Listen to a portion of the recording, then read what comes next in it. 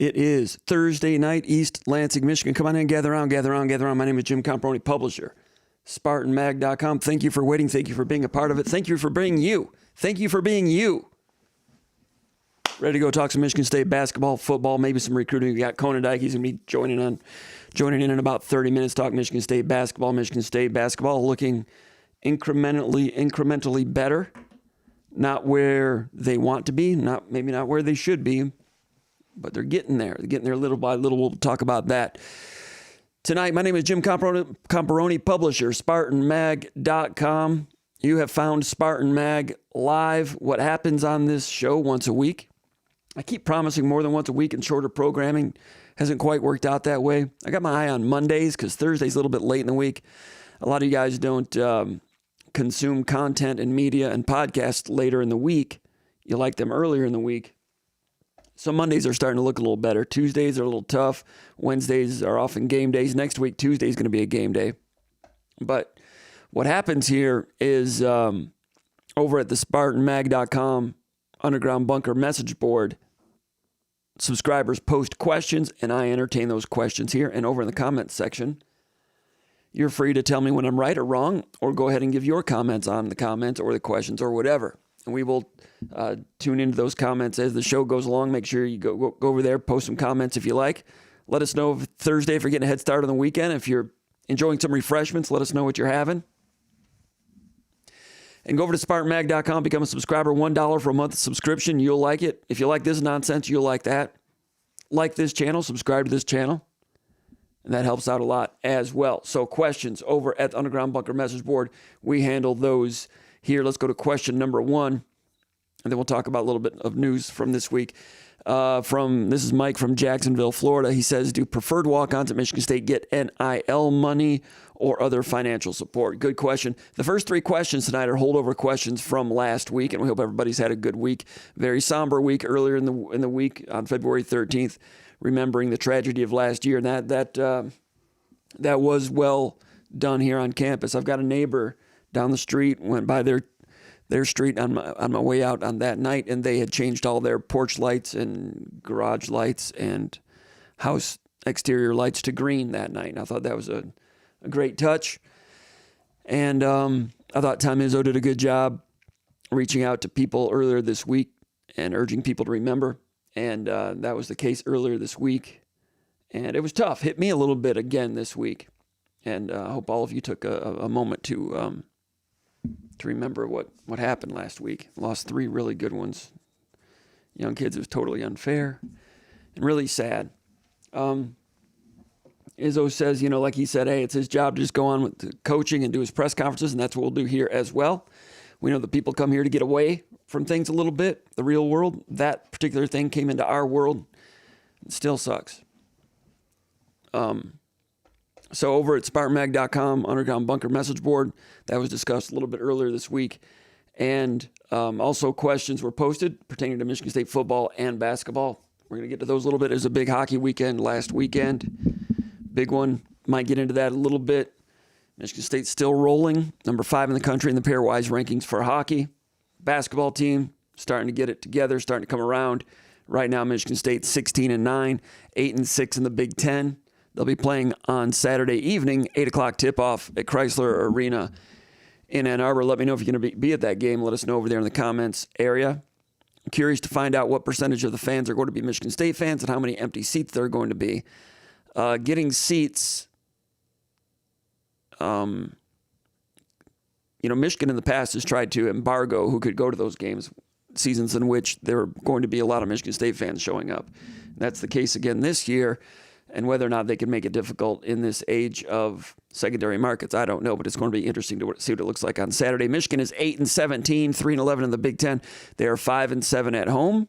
And just 8 days ago, they beat Wisconsin 72-68. And like Izzo said after practice just a couple hours ago, they are approaching this. They've got no reason to be overconfident with anything at this point. As Izzo said earlier today, right after practice, he says, quote, there's always a concern with actually, he's talking about his own team. He says there's always a concern with this Michigan State team. He says right now they're going up to the locker room His quote, you can find that interview over here on the Spartan Mag channel after we're done with all this. His quote is, right now they're going up to the locker room to eat and to do the film session. And he said they should be talking about the Michigan game when they go to the locker room. They should be talking about the Michigan game when they go to eat. They should be talking about the Michigan game when they go to the film session. He knows what they should be doing. It's up to them whether they carry it out or not. And at this late stage of the season, Izzo's not always sure where their minds are. Some of the guys, he knows where they are. Others, it's like I've said last week and earlier, last several days, the team is like herding cats. And got to get the cats herded, and he's doing his best. Izzo said, quote, if you get complacent on our rivalry because we've won 2 in a row, you're in trouble, unquote, he said. Quote, he said, it's not beyond the realm, and that's what I worry about, unquote. So he's in rivalry week mode again. He's trying to get the players focusing similarly. And I didn't see much of practice today. My assistant intern, Jake Laskawa, did. He did a great job providing video and spoke with Hogard a little bit. I was there for that. Jaden Akins as well. They're getting ready to play Michigan on Saturday. Need another win to pad that record and take another step toward a 26th consecutive NCAA tournament bid. And with every win now, the bracketologists have Michigan State on the 10 seed line.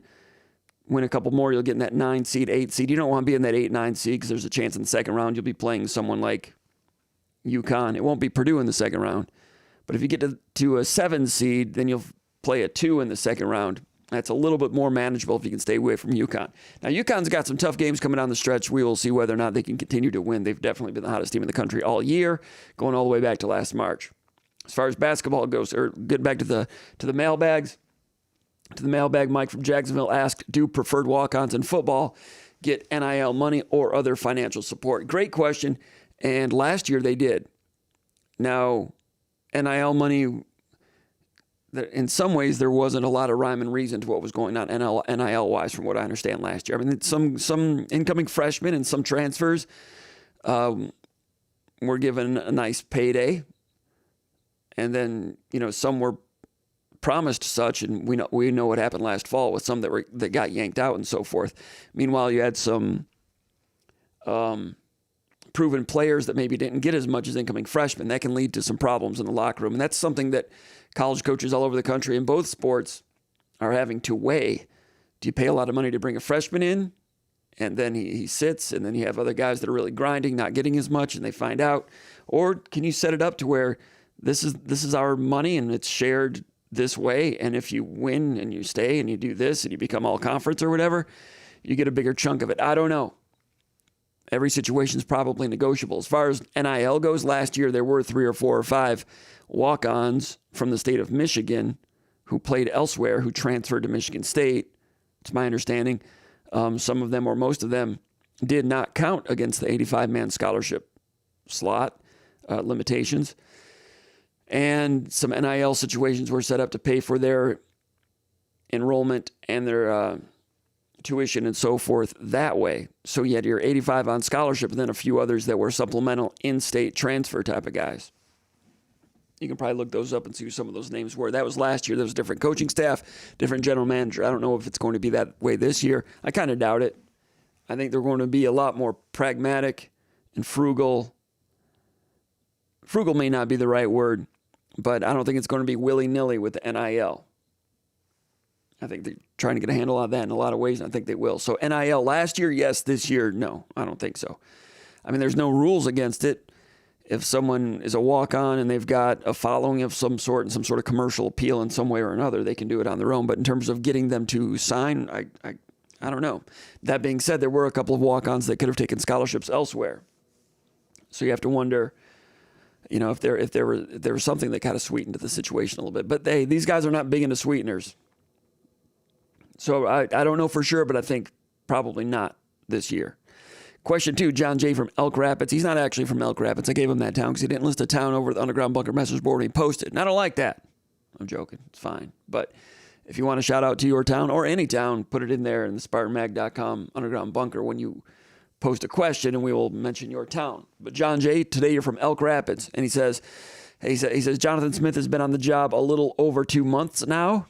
In that time, how high has he moved the team in recruiting rankings compared to when he took over? All right, that's a question from last week also, and I did address that last week. Michigan State, I think, ended up number 43 in the country in the 2024 recruiting class rankings. And I'm sorry, did I say 20? Yeah, number 43. Number 43.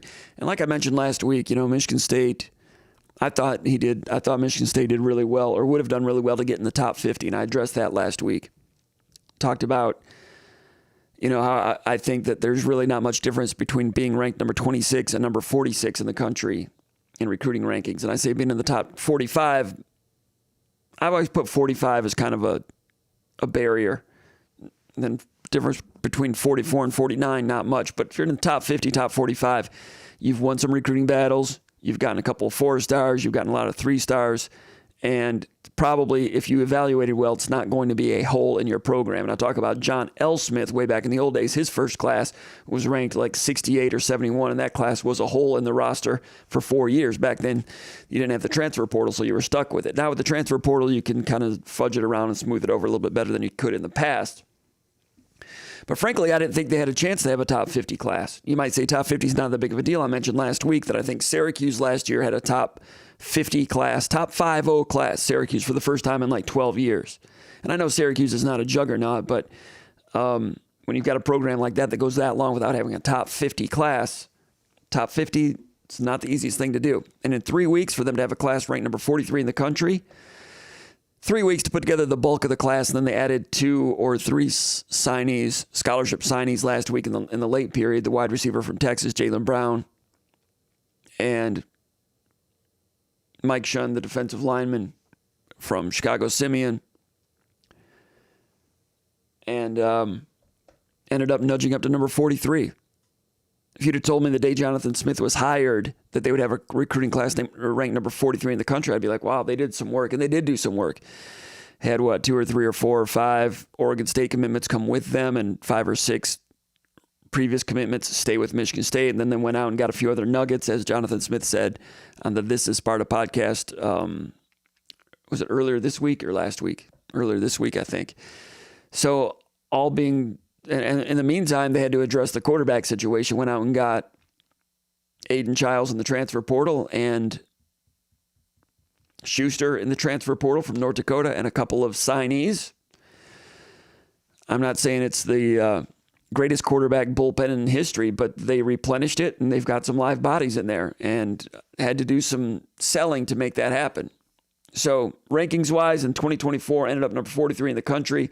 And I think I'm sure this staff is excited to get out and do a full recruiting cycle out there wearing the Michigan State logo, hitting the hallways, and hitting some of the places that they used to hit when they were at Oregon State, and some others. I've heard that they were excited about coming to Michigan State, and they've become even more excited. Jonathan Smith, even more excited since he's been here about the potential energy of the Michigan State football program and the horsepower of the program. I'm not saying it's Notre Dame, not saying it's Oklahoma, not saying it's Georgia. Those are my words. But they think they can do something with it. The timing is interesting because, well, quite frankly, recruiting against certain schools, Michigan and so forth, Michigan is an interesting situation right now. Now, Ohio State is reloading. Penn State's kind of cruising altitude's pretty strong. You got USC, UCLA, Oregon, Washington coming into the Big Ten. The name of the Big Ten is stronger than ever in terms of recruiting outside the 4-hour radius. So I think they're going to recruit well this year, and they will have to make some decisions. They'll get into some situations where they're going to have 3 or 4 guys that they like and maybe only room for 1. That comes down to evaluation and so forth, and that's recruiting from an area of strength. I'm not saying they are there yet, but I suspect they will end up in that category. Let's go here to the comments area to see who our top 5 is, who our starting 5 is. Thomas Kohlberg, he's coming in first. He says, what's up, comp? Got my drink in hand. Let's get this party started. King Klong 45 said, what's up, comp? Daniel Berry Sports Highlight says, yo. Nick Harrington says, what's up, comp? Old Tug, the bell cow's here. It's always good to have the old Tug, the old bell cow, old Tug from Ludington, Michigan, coming in by way of Austin, Texas, if I'm not mistaken. And we got Old Tuck starting at the 5. Thomas Kohlberg's running the point. King Klum, he's our power forward, and he can shoot it. He's a stretch 4. Old school stretch 4. New school stretch 4. All school stretch 4. Daniel Barry, Sports Highlights. You know, I can just tell by his name, Daniel Barry, Sports Highlights, is a little bit more of a me guy. You know, probably a little bit of a diva. He's a shooter. Give him the ball, he won't give it back, but he can really shoot. So he's over on the wing. Nick Harrington's our shooting guard on the left wing. So that's our starting 5. And Nick Harrington's checking in from Puerto Rico, by the way. Good to have him here. John Elke's here. King Klom says, I'd like to hear your take on all those idiot fans that dogged Izzo and didn't think we'd make the turning. Well, I'm not going to dog them out too much. I appreciate your comment, but it happens every year. It's been happening every year since 2002. And I told the story to someone a few days ago. In 2003, everybody was on Izzo's case as well. Those of you that are old enough to remember, there was no internet back then, but there were talk shows. And you only won when you had Cleveland Peterson 3 straight Final Fours, but they run too many sets and they don't do this and don't do that. And 2002, they had lost Richardson and Randolph and Taylor to the NBA, got caught shorthanded, had to start freshmen. Alan Anderson is a freshman. Calvin Torbert is a freshman. Chris Hill is a freshman. They had Anna Gagne as a sophomore in 2001 and struggled, got in the tournament, won and done as a 10 seed, lost to North Carolina State. The next year, 2002, actually that was 2002. The next year in 2003, their record was pretty much identical to what it was this year on February 13th or so, February 12th, February 11th. They were 14-9 overall and 5-5 in the Big Ten. These days you play 20 Big Ten games, so you're 6-6 in the Big Ten at that point. Back then, 5-5, and in real danger of not making the tournament. And then moved Alan Anderson to point guard. You might remember the home game against Syracuse. Carmelo Anthony, Michigan State lost that game, but became better as a team, a little more loose and confident athletically. Chris Hill moving off the ball to the wing, had like 5 3-pointers or 7 3-pointers. Might have set a school record in 3-pointers that day. But Carmelo Anthony was great that day also. Both teams became better that day. Both teams said that game was a turning point for their season. Syracuse went on to win the national championship.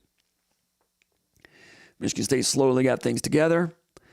Late in the year, Erasm Lorbeck, Paul Davis, and Maurice Ager as true freshmen really started to gain traction, became good players, got in the tournament, won in the first round against Colorado. Running game got going, blew them out. Second round, they're playing Florida. And they had Anthony Roberson, who for a long time was considered likely to go to Michigan State, ended up going to Florida. Florida had a little bit of a reputation in a lot of ways back then. They were a good team. They were a 2 seed. They were playing at home in Tampa. And Michigan State went down there and ran them off the court. Dominated from the beginning, won by about 18 or 20. And I was telling this story to some subscribers earlier this week. Izzo was taking such a beating back then that I saved the box score, the like Xerox copy of the box score. Things weren't digital back then as much. And saved it because it was a big win to beat Florida for a lot of reasons. Back then Izzo was battling with some people in terms of recruiting in his own state of Michigan. They would get commitments and then they would be kind of end up going elsewhere, and things were kind of tough back then in a lot of ways. That day when they beat Florida, I told Izzo either after the game or a couple days later that I'd never seen anyone stick it to so many people in one fell swoop the way he did that night. And I'm not going to get specific about some of the people that he stuck it to that night, but there were a lot of them. And that was 2003. 3 years after the national championship, and Izzo was taking a lot of abuse. And I saved that box score with the intention of giving it to him some other dark day when he was catching a lot of crap from fans or media or whatever, and just say, hey, just wanted to remind you about this night down in Tampa when you stuck it to Florida and everybody else by winning the second round and getting to the Sweet 16. And I think I ran across that thing a few years ago, not long ago, and I think I finally threw it away. I never gave it to him. But the thought's what counts, right? that team, then in the Sweet 16, they played defending national champion Maryland, beat them in the Sweet 16. Then they played Texas in the Elite Eight, and that was a brawl, lost by 6 or 8 down in Texas at the Alamo Dome. They very nearly went to the Final Four that year. I could talk more about that game with the Texas game in 2003. Back then, there were a lot of leading opinion leaders in college basketball who didn't like the way Michigan State won the national title in 2000. They didn't like the way Michigan State and Wisconsin played in the Final Four, and the score was 19-17 at halftime. I think it was Roy Williams that went to one of the rules committee meetings and said, 19-17, y'all, that's all I need to tell you about. A lot of people wanted to change the way basketball was played. Michigan State was very good at bumping cutters, among other things. Someone's cutting across the lane, they bump and impede, and they knew Michigan State did a real great job with film work, had a lot of strong bodies, knew what plays you were running, and could impede your progress and really lock you up 3 straight Final Fours. People didn't like that. That hurt people's feelings. So they tried to change rules a little bit in 2003 and even more in 2002 and even more in 2003. And in 2003, there was a big emphasis about not allowing the bumping of cutters. They wanted more free flowing motion on offense. So if you bumped cutters on defense, foul, foul, foul, quick whistle, quick whistle, quick whistle. So that kind of bumping of cutters, that kind of physicality away from the ball was legislated out of the Big Ten. That's the way Big Ten officials call it most of the year. Now I know officials cross-pollinate and they officiate different conferences. But in the Big 12, there might have been some of that. But in the Big 12, as you looked at film that year, bumping of cutters was still allowed a little bit more. And Michigan State played Texas, and Texas was conditioned all year to play that kind of physical defense away from the ball. They were bumping cutters. Michigan State was not. Texas had played all season, allowed to play the old Michigan State style. Michigan State was not allowed to play their style. And it was very effective for Texas to bump cutters. Texas was good. But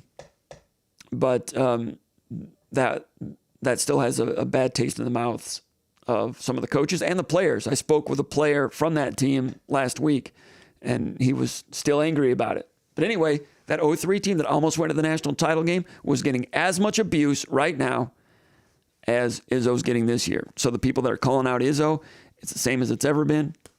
Same as it's ever been. Same as it's ever been. Difference is there's shows like this, and there's internet message boards, and there's Twitter, which amplifies it.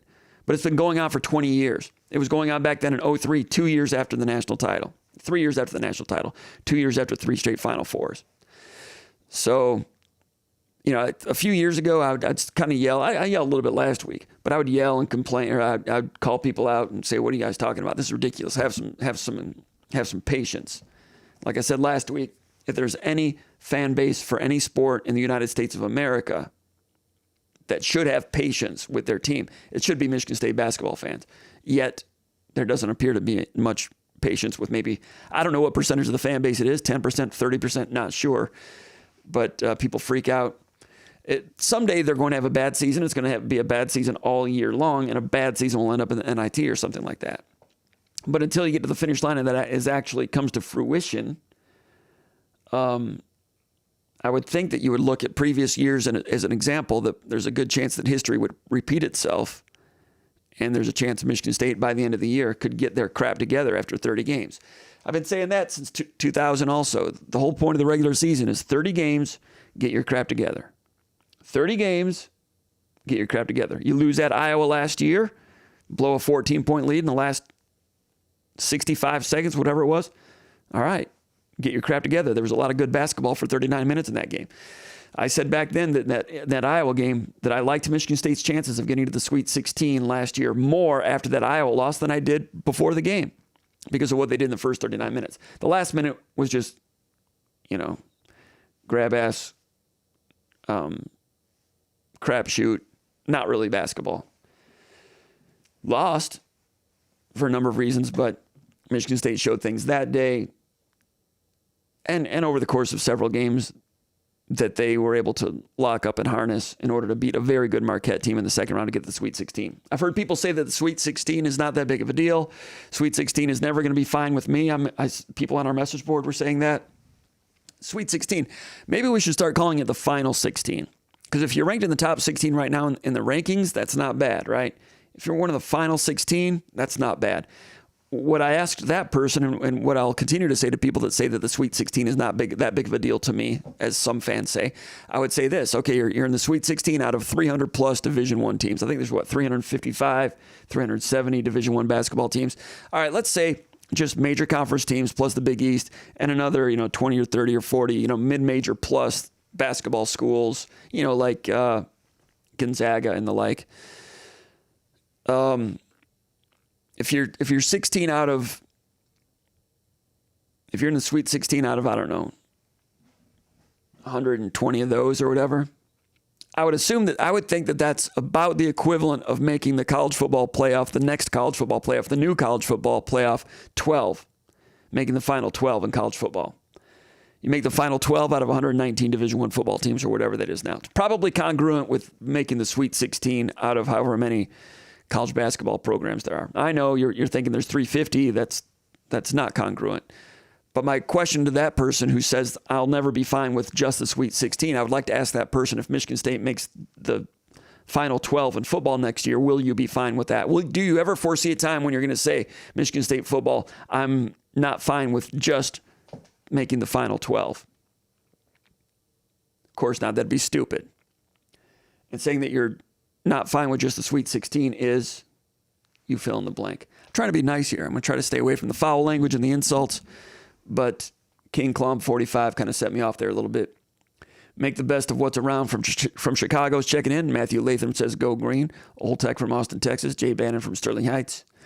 Brad Vashenko checking in from Austin, Texas. Much happier this week. Back-to-back wins will do that. And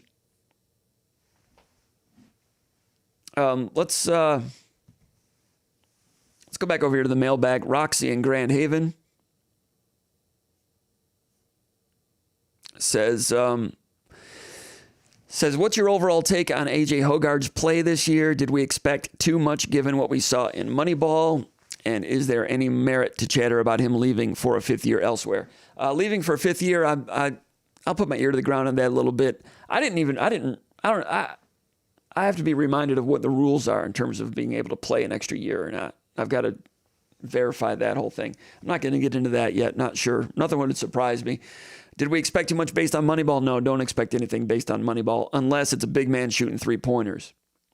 There's some other things. I mean, if Hoggard, he shot okay in Moneyball, but I didn't think that. I don't think anyone thought what Hoggard did during Moneyball shouldn't have gotten anyone thinking too much based on what goes on in that league. I will say there have been times during the summer league, the Moneyball league, when big men have shot well in the summer, and it has been a precursor to shooting well from range when things are real during the college season. Case in point, the late, great Adrian Payne. Adrian Payne was not much of a shooter his first 2 years, didn't really have a green light to do that, worked on it, became better and better at it. By the time he was a senior, he was an excellent stretch five, legit stretch five. And we first saw that during Moneyball. He started shooting it really well there. There have been other examples, but based on Moneyball, no, not with Hoggard. Should we have expected more? Sure. His stats are about the same in terms of shooting percentage, field goal percentage, three-point shooting percentage.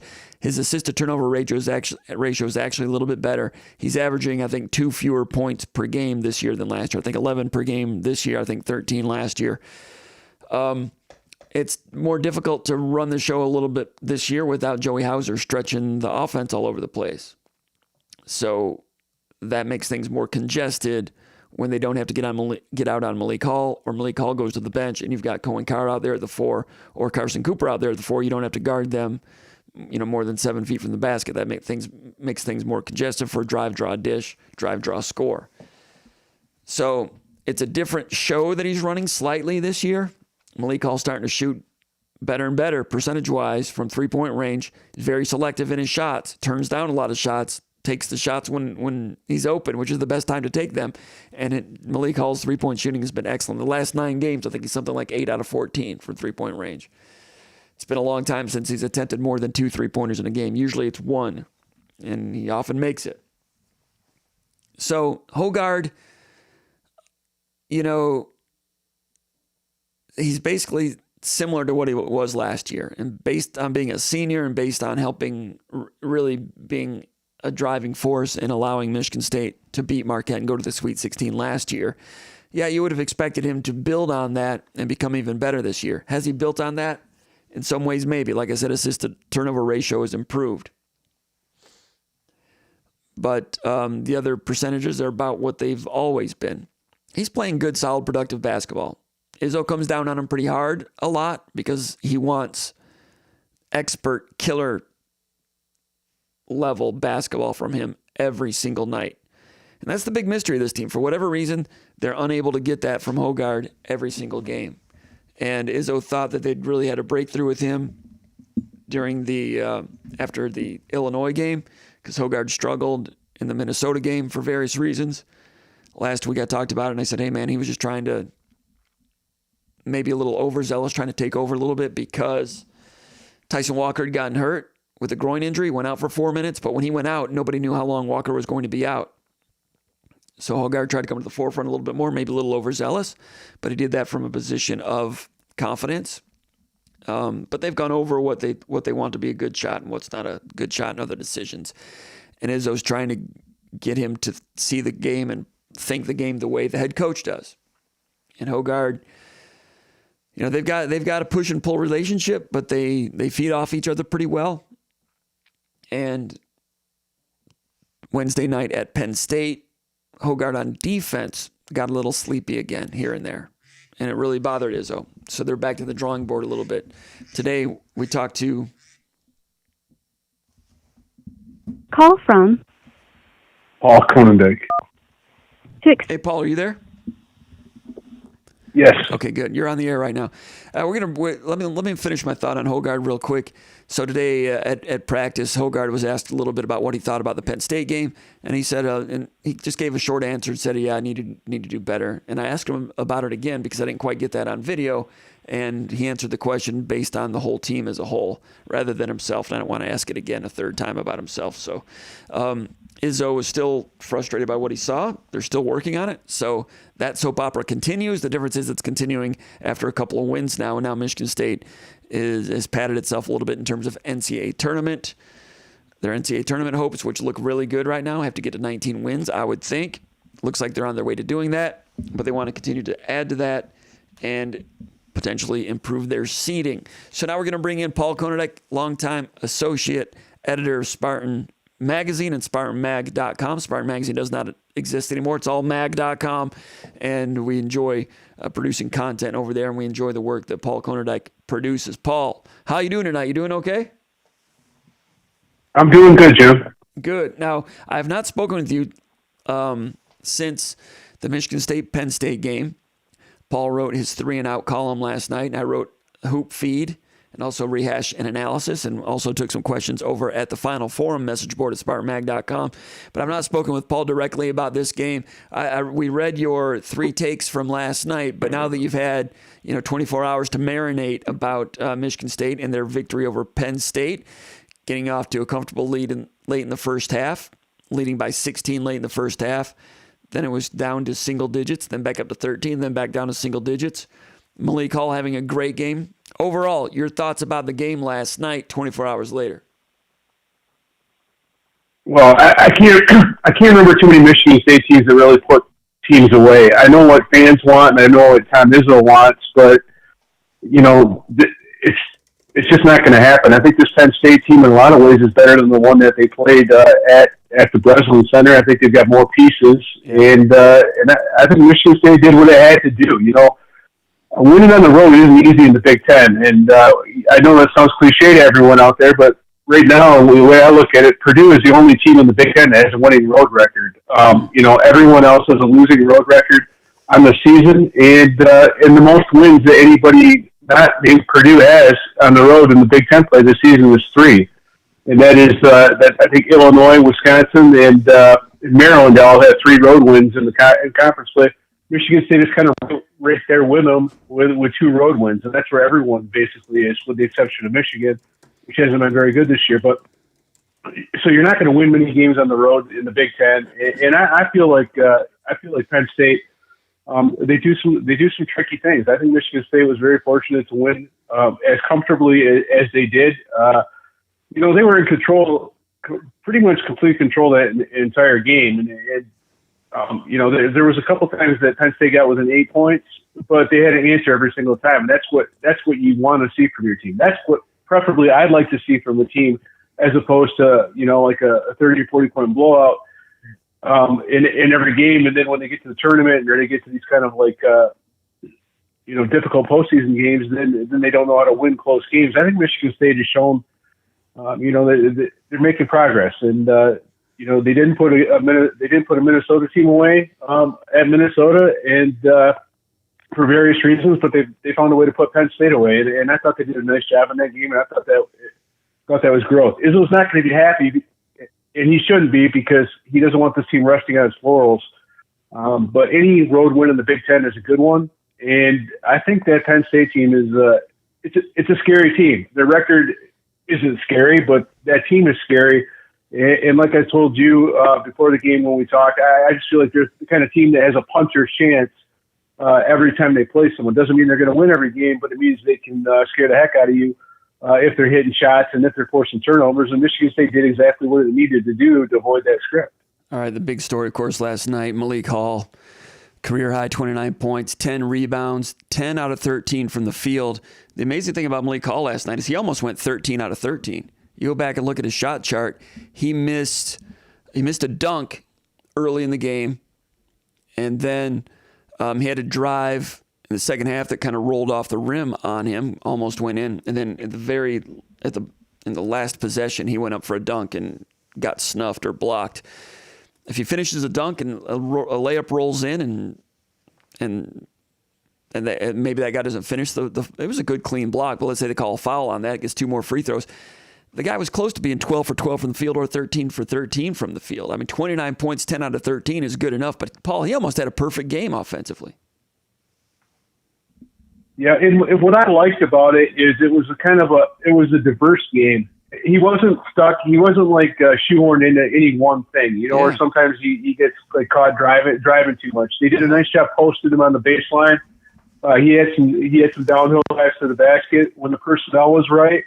And he did shoot the ball confidently. I liked some of the pull up stuff where it wasn't fade away, where he kept his chest square and he was it was vertical. This was his best, most diverse performance, in my opinion. And the other thing that was great for him and for Michigan State is he rebounded the heck out of the ball, and that's exactly what they needed to do, because Penn State is not a good rebounding team, but that hasn't always been indicative of Michigan State's rebounding performances. Michigan State has rebounded poorly against poor rebounding teams at times this season, and it's cost them against Penn State. That perfect game that Malik Hall played extended to the defensive glass. And you're right about the diversity of his scoring. I mean, he had a putback, he had a flash of the mid post and a dunk, shot clock down, 14-footer, pull up, medium range. That's the part about his game that you and I talked about on the VCast after the Illinois game last week is, everything he does from 16 feet and in is pretty sophisticated. Ball handling ability. He's always had pretty good ball handling ability, but it seems like it's gotten so much better in terms of his confidence with it, control with it, whether he's doing crossover between the legs, even last night behind the back a little bit, and, spin dribble to fade away, and not over dribbling, but that's classic.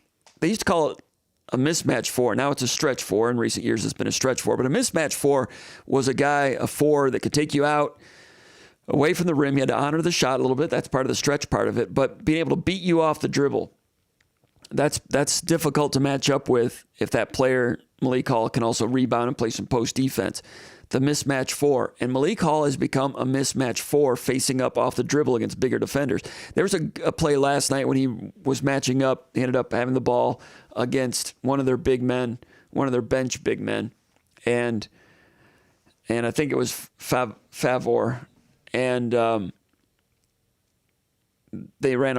Michigan State ran a screen for him, so there was a switch. So against Favor, I think it was Favor, Hall was ready to face up and go, cross over off the dribble and probably hit a 15-footer because a bigger guy would have to give more distance, give ground in order cut off the rim because the guy can handle the ball better than the big guy can play defense. There was a switch. Now he's on Ace Baldwin after a switch. Just a moment, just a second later, like two or three dribbles later. So now he's on Baldwin, and he backs him down into the post, scores. And it might have been the opposite of that. It might have been on Baldwin earlier, started to back him down, then there was a switch, and then he faced him up. But that's what mismatch is all about. You put a little guy on him, he'll take you down to the post. A bigger guy on him, he'll go around you. The element we've been looking for all season is to go out and hit more three-pointers. I think he's 8 out of 14 from three-point range in his last 9 games. He's shooting close to over 40% in the Big Ten play from three-point range, which is something you and I have been watching and analyzing all year, thinking that was a big component that would be so important to this team. He's doing it, but he's still, like you said last week and like we said for weeks, he's turning down more shots than he attempts. So playing with a lot of confidence, this team could really take another step if that confidence can extend out to the three-point line and if he can become a true stretch four on a regular basis. I'm not saying attempting 5, 6, 7 3-pointers per game like a Joey Hauser, but what that can do for the entire outfit if he's able to extend his game more and more to the perimeter could really make this team more and more dangerous. And I thought it was interesting, Paul, Malik Hall last night. I didn't see a change in expression from him all night. You didn't see him get down. You didn't see him get up. You didn't see him celebrate. Maybe I missed it, but he was just locked in, going to work. And I think that's great. Did you notice that? Yeah, and I think that's intentional. When Izzo called him out, I forget which game it was, but he wanted more motion out of him. Yeah. And Hall kind of resisted that. Hall wants to stay even keel. He feels like that's best for him. It's very intentional that he doesn't get too high or too low, and he wants to stay centered. And and I think he and Izzo have an understanding that just because he doesn't show outwardly his emotion doesn't mean he isn't dialed in or he's not intense. He's going to show it with his play on the floor. And I think in the last few games you've seen him more aggressive in a lot of things and aggressively looking for a shot. There's fewer times where he's kind of going through those stretches where he's fading. Like you mentioned, when he gets the ball in a favorable matchup, he's attacking. He's not turning stuff down. There's still some areas where he can improve. There's still, I think, some times where he's a little bit sleepy on cutouts at times, but I think he is, he's getting to that point in his senior season, where he's trying to make his last section of his career at Michigan State his best, and we've seen that a lot over the years. And he's doing a lot of really good things, and the good thing for him is he's not the only guy doing good things. So, I think this is something that can be sustained as long as he's not overextended minutes wise. And I think last night, as much as they needed Malik Hall on the floor, Michigan State still found ways to get him some rest. He played 34 minutes in last night's game. That's probably right up there at the limit of what he should be playing. But we've seen a lot of other instances, Joey Hauser being an example of that, where, were times where Michigan State didn't take him off the floor. And I think Michigan State did a pretty good job of managing minutes last night. And I think they're doing a pretty good job of trying to keep guys fresh, and they need to. Mm-hmm. And, the stat broadcast sheet has him at 34 minutes, but the official box score over at MSUSpartans.com has him at 33. I know that's splitting hairs, but you get 33 out of him, you can get a really nice caliber Malik Hall. So when he goes to the bench, this has been a question and something they've been working on all year. Who's his backup power forward? They went with Cohen Carr earlier in the year, gave that a shot. Some people were hoping Xavier Booker would come around. You and I have been talking about Xavier Booker for more than a year and a half, telling fans they need to be patient with him. Don't believe the ranking. It's not his fault. He was ranked number 1 player in the country for a short period of time. He'll be a stretch 4 maybe at some point. But right now, he's getting better, but not what you need at this point to beat Illinois or win a Big Ten game on the road necessarily. So Carson Cooper's kind of become the power forward, the backup 4, as he did a little bit last year when, Malik Hall was hurt a little bit. Cooper played a little bit of 4 last year. Cooper's been finishing games at the 4 the last 3 or 4 games. Not a guy that's going to give you any perimeter shooting. He's not going to shoot from 14 feet, and the opposition knows that, and they don't get out and guard him. So that makes it harder for the other 4 guys to get open. It makes it harder for Tyson Walker to get open on a screen, the screener at the elbow, because whoever's guarding Cooper can sag off and keep an eye on, find out where Walker is, or be aware of Hogard when Hogard's driving. People notice when Hogard is driving to the rim this year, there's a lot more rim protectors rotating over to obstruct his path to the rim or to block his shot. A lot more air traffic he's running into than he used to because Joey Hauser's not with him anymore. Nothing against Carson Cooper. He's doing well as a 5. Going out of his natural habitat to play the 4. How can he do it? Why can he do it? Because he's got good lateral movement at 6'10", 6'11". He's got good lateral movement. He's got some strength to him. He's dialed in for the most part to scouting reports and playbooks. He's still just a sophomore, but he's got some veteran to him. He'll be better at that as he moves along. But that's their best option right now. You know, Cohen Carr comes in, had a nice live wire dunk last night, but he also had a couple of defensive lapses, giving up a 3-pointer, and then there was that one play late in the first half. Do you remember when Izzo called timeout and yelled at everybody with about 40 seconds left in the first half? I think it was Ace Baldwin drove around Hogard, which Izzo didn't like, and Cohen Carr just kind of did an Olay type of thing, trying not to foul and just kind of vacated the area. Guy goes in and scores a layup. Michigan State was up 16. That cut it to 14. Izzo called timeout, yelled at some people, said that's freaking awful, made some corrections, and then Izzo spiked his whiteboard on the court just because, as you know, Paul, Izzo has coached to play the game the right way. Forget the score. What the score is should not have an impact on how you play defense. That's the way he's done it for 900 games. And here Michigan State had a lead, and some guys were reverting back to the things that he tried to stamp out, going back to the Minnesota game, going back to the Northwestern game, namely Hogard. But Cohen Carr, good kid, coachable, wants to do the right thing, all kinds of horsepower, but he's a freshman defensively in terms of carrying out assignments. So as much as Carr has the ability to be a backup 4, even though he's 6'5", he doesn't have ideal height for it, it's just hard to trust him defensively. So that's how Cooper ends up becoming the de facto power forward, allowing Malik Hall to only play 33, 34 minutes, and you get a better version of Hall that way. Your thoughts on Cooper and how he's coming around last night? 10 points, some points on putbacks, points in transition, points at the free throw line. Carson Cooper, not ideal as a power forward, but he's giving you defense first, and he's hedge, help, recover, stunt on defense, awareness on defense, and that's the part that makes the defensive boat float, which is step 1 toward having a Sweet 16 type of team, and that's what Izzo's talking about right now, getting March ready. And Cooper, your thoughts on Cooper and his ability as a backup 5 and also as a backup 4, doing double duty there?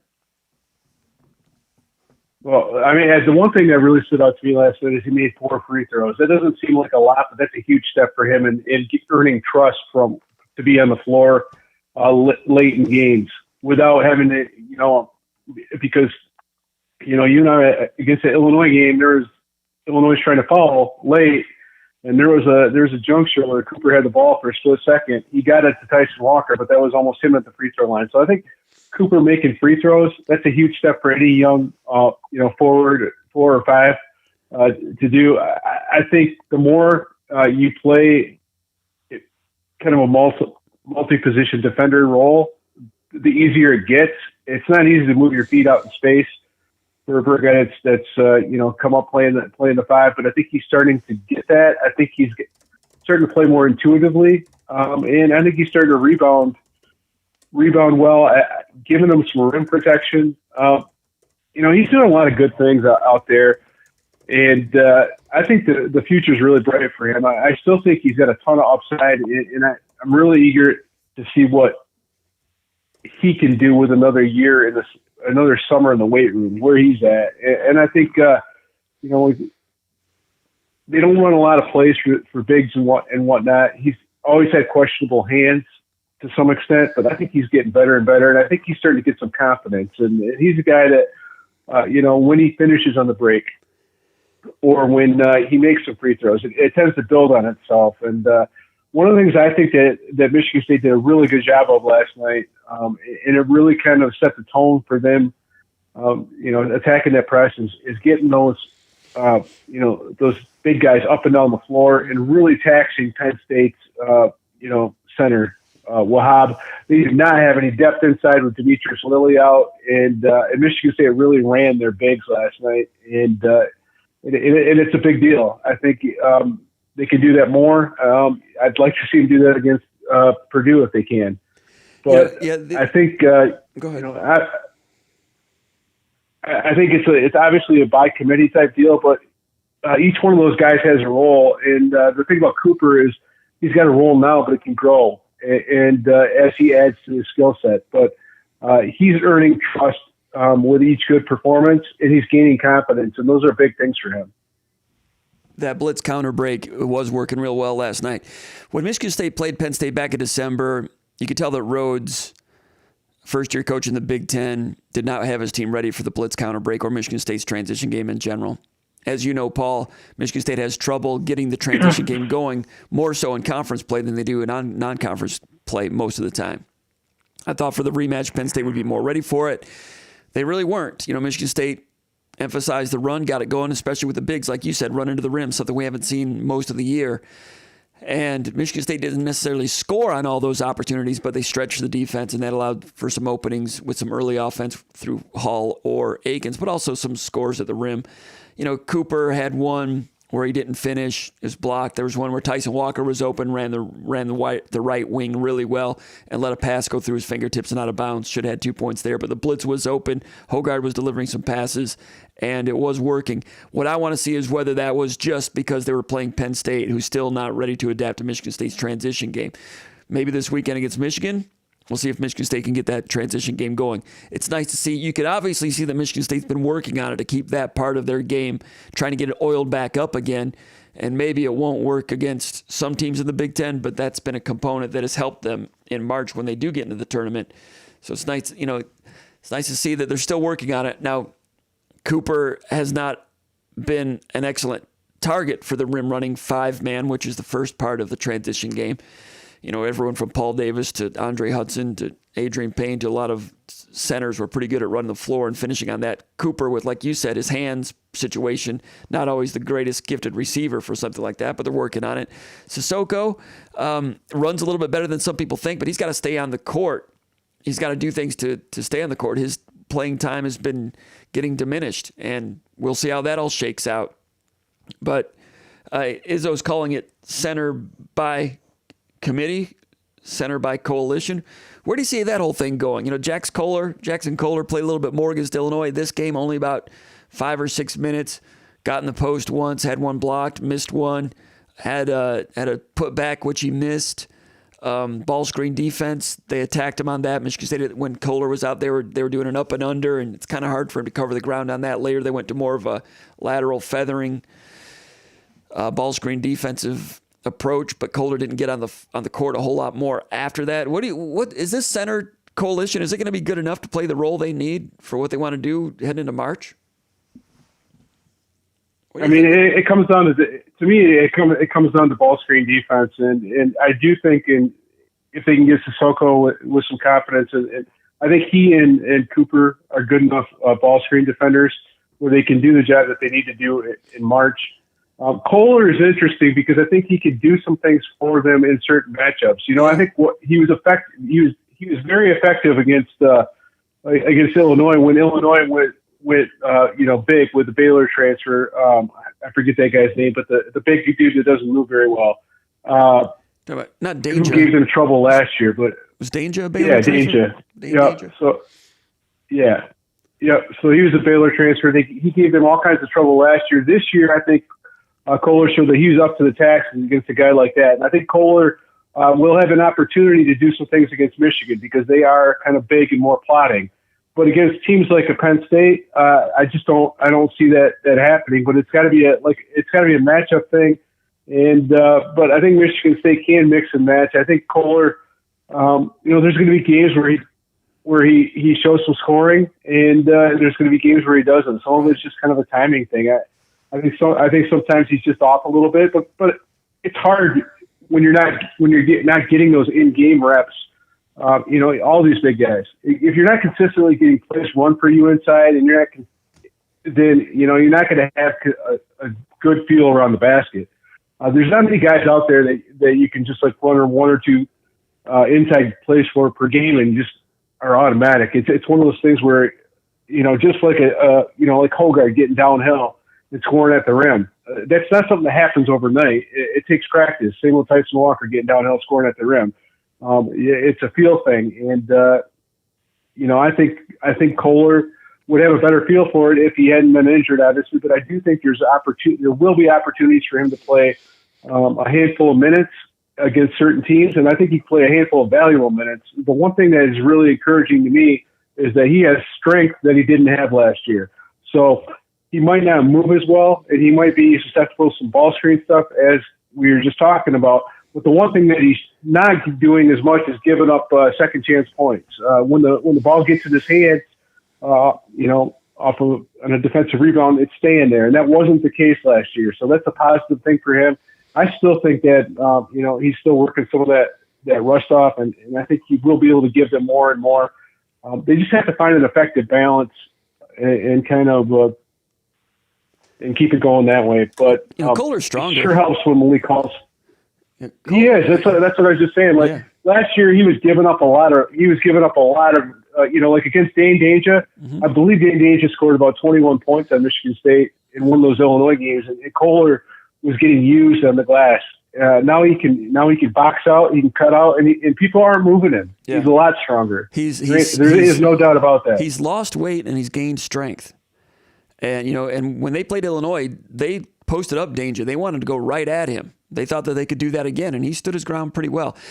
Coming into this week, I kind of thought we'd see more development from Kohler. I know that he was hurt, and it's taken a while to get back, and I thought that he had a lot that he could build on based on the Illinois game. I was eager to watch him in practice earlier this week, and eager to watch him against Penn State, and still the ball screen defense thing. He's working on it, and you can see that he's struggling with it. And I don't want to say he's losing confidence on defense, but he's working at it.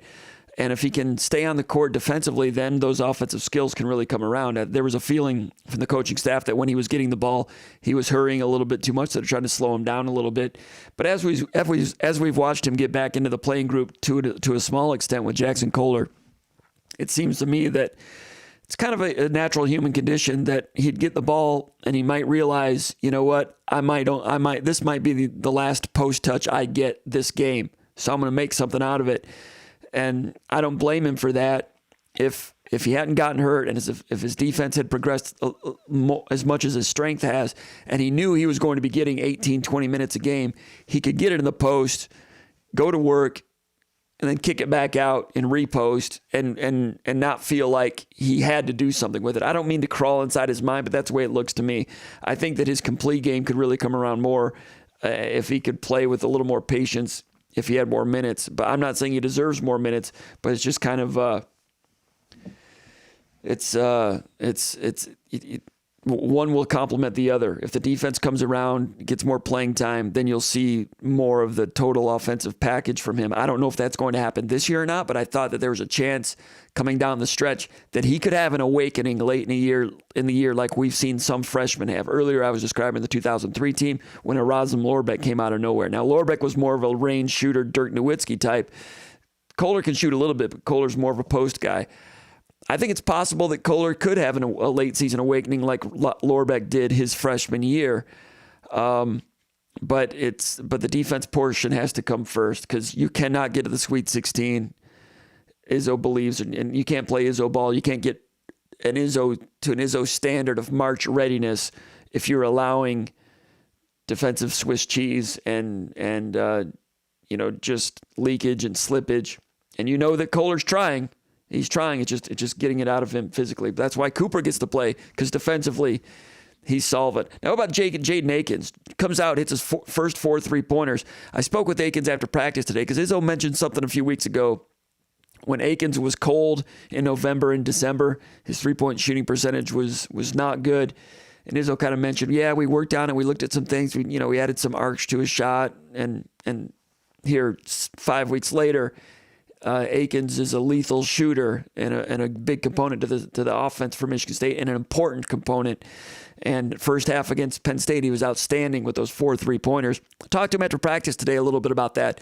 And he said, Izzo and Thomas Kelly looked at the shot and kind of got the launch point a little higher, a little more arc, and it's made a lot of difference with the shot. After practice today, Akins with that left-handed shot going around the perimeter, getting up, I don't know, another 100 shots after practice. And those shots look good, Paul. And this team's a lot different when Jaden Akins is stretching defenses and getting that shot up quickly like we talked about after the Illinois game. Yeah, and I think the thing to note with him is that the shot looks a lot better, but the whole confidence piece, and now that shot is falling, you're starting to see some of the other elements to his game that he wanted to showcase this year. With teams having to play him out on the perimeter and having to honor that three-point shot, he's getting more ability to drive to the basket. You're seeing that. But the one thing that I really like about him is he's getting more 50. He's got the shot going down. That's a great deal. That's a big part of his game, but he's also added kind of the intangible qualities that Michigan State needs. Some of the 50-50 type plays where he's like hustling, getting a hand on a range rebound, maybe not getting the rebound, but tipping it out to a teammate. He's getting on the floor. He's getting on the floor more. He's getting the tips, and when he's providing that in addition to the spot up shooting, Michigan State can be awfully tough. And on top of that, he's becoming a guy that is not going to say he's the best defender, but remember when Matt McQuaid was probably Michigan State's best defender for stretches. Yes. Izzo never called him that. He always said that Josh Langford was the best defender. That wasn't true. That's what he wanted to be. He wanted Josh Langford to be the best defender. But Jaden Akins is being like that Matt McQuaid role where they can put him on an opposing team's best player, buy a few extra minutes for Tyson Walker while he's coming back from that groin injury. And he's able to do that, play double duty, playing heavy minutes as a high-level defender, getting some hustle points, and also hitting those jumpers. And that's what he can do because he's got some elite athleticism. And we're starting to see that component of his game that we really hadn't seen since the foot injury last year. He's starting to attack the rim more. He's starting to fly higher and play with a little bit more of an edge. And I really like that from Jaden Akins right now. I like this. There's one play with about 8 minutes to go last night. Michigan State was up by 14, I think 64-52. You get in the last 8 minutes of a game, that's when Izzo starts to go into his, the new wrinkles, some plays with different tangents, the unscouted looks. And they don't really get into that until late February, really. That's one of the reasons they're a little bit stronger late in the year. You'll see when they run a half-court set, it'll be something you haven't seen all year. Now, what I'm going to describe now is something that's in everybody's playbook, but Michigan State did it a little bit differently, and they did it for Akins. Michigan State ran a screen, rescreen, which they do at the top of the key a lot, but they did it on the right side with Hogard, and I can't remember who was over there with him, but over on the weak side was Akins setting up with Hall, and then Hall, boom, sets a down screen on him. So the screen, rescreen on the right side, coming back to Akins, catch and shoot at the elbow, 15-footer. Going to Jaden Akins as a go-to scorer in the last 8 minutes. It was just one possession, but it was a new look for him. He was having a big night. They went to him. This is second half, about 8 minutes to go. Knocks it down, 15, 16-footer. So he's not just, out there in orbit, hitting three-pointers off the break or off drive and kick, actually getting into some down screen curls for him, which we haven't seen a lot from him early in his career. We've not seen Michigan State go to him in that fashion. I thought that was a nice wrinkle, and they've been coaching him for the last month and a half to think shot as you catch it, because they thought earlier in the year too often Akins would catch it and was thinking drive, because Akins worked on his drive during the offseason a lot to show that he could handle the ball and do some things in that regard for his pro stock, quite frankly. And they thought that infringed a little bit too much on and took away from what he can do established-wise, which is shoot, and in this case, catch and shoot, medium range, go-to, wanted a bucket. Now, in that case, they were up 14. It wasn't one of the points in the game when the lead was down to 8, but I still thought that was growth, and he had the mentality that they've been asking for, which is think shot on the catch, and Malik Hall with a good screen, which Conan, like you always like. Yeah, absolutely. And I think Michigan State's screening better. I think they're doing some good stuff, but Jaden Akins is almost becoming like, I'm not going to say he's like Bryn Forbes, because Bryn Forbes is an elite shooter, but Jaden Akins, there's times where you see him where you can see some of the Bryn Forbes type stuff that earned Forbes a nice long career in the NBA. Akins is doing some good stuff in transition too. And he's also not just settling for the shot in transition. He had one time, I think it was last night, where he drove baseline and finished the rim in transition. I'm not going to say he's like Bryn Forbes. I like what Jaden Akins is doing. I like his mindset, and I like that he wants to impact the game on both ends of the floor. And frankly, they need that from him right now. And there's a lot of really good guards out there to bring out the best in him. What'd you think about A.J. Hoggard before we sign off? He had some struggles again on defense, got a little foggy here and there. Izzo thought he had a breakthrough with him based on how he played against Illinois. Kind of reverted. Izzo wasn't happy about it, voiced his displeasure after the game to an extent, and was a little bit grouchy about it after practice. Not really grouchy, but just kind of acknowledged that it's still a situation. They're still working on it. Your thoughts about the latest on the A.J. Hoggard thing. He wasn't bad, but he wasn't the tail kicker Izzo expects him to be. Yeah, I think Hoggard doesn't do well against smaller, really athletic guys. I think his bread and butter tends to be like the Marcus Damask or the Paul Mulcahy last year at Rutgers. He really is kind of locked on some of those bigger guards. Sometimes, like when he's got the really smaller, quick guards. He can't kind of totally use his muscle. And then the other thing is he doesn't do always really great job on guys that have really quick releases. And I think Penn State, the Zach Johnson kid that hit 5 threes? I knew that guy was going to be kind of a problem. Frankly, I don't think Hoggard's almost got to work himself up for a defensive matchup. Yeah. And it's got to, I don't know. I'm not saying he doesn't respect the opponent, but he tends to raise his level of play for, like a big game, a top 25 team or something like that. He's got to get to the point where he consistently wants to dominate every guy he matches up against, kind of like Tyson Walker wants to do that, where he takes it personal. Tyson Walker takes everything personal on both ends of the floor. And A.J. Hoggard doesn't always do that, especially on defense. Michigan State needs him to be able to do that on defense. They need him to consistently be able to raise his level of play defensively, not just in certain matchups against certain teams, against certain jerseys, but against whomever's on the scouting report. In other words, because I think he has within him to be a really good defender. In other words, motivation is a little bit of a problem. I mean, that's what I boil it down to. He's up and down. Okay. Yeah. And I don't. It's self-motivation. Let's put it. It's not motivation. It's like self-motivation. Like he doesn't.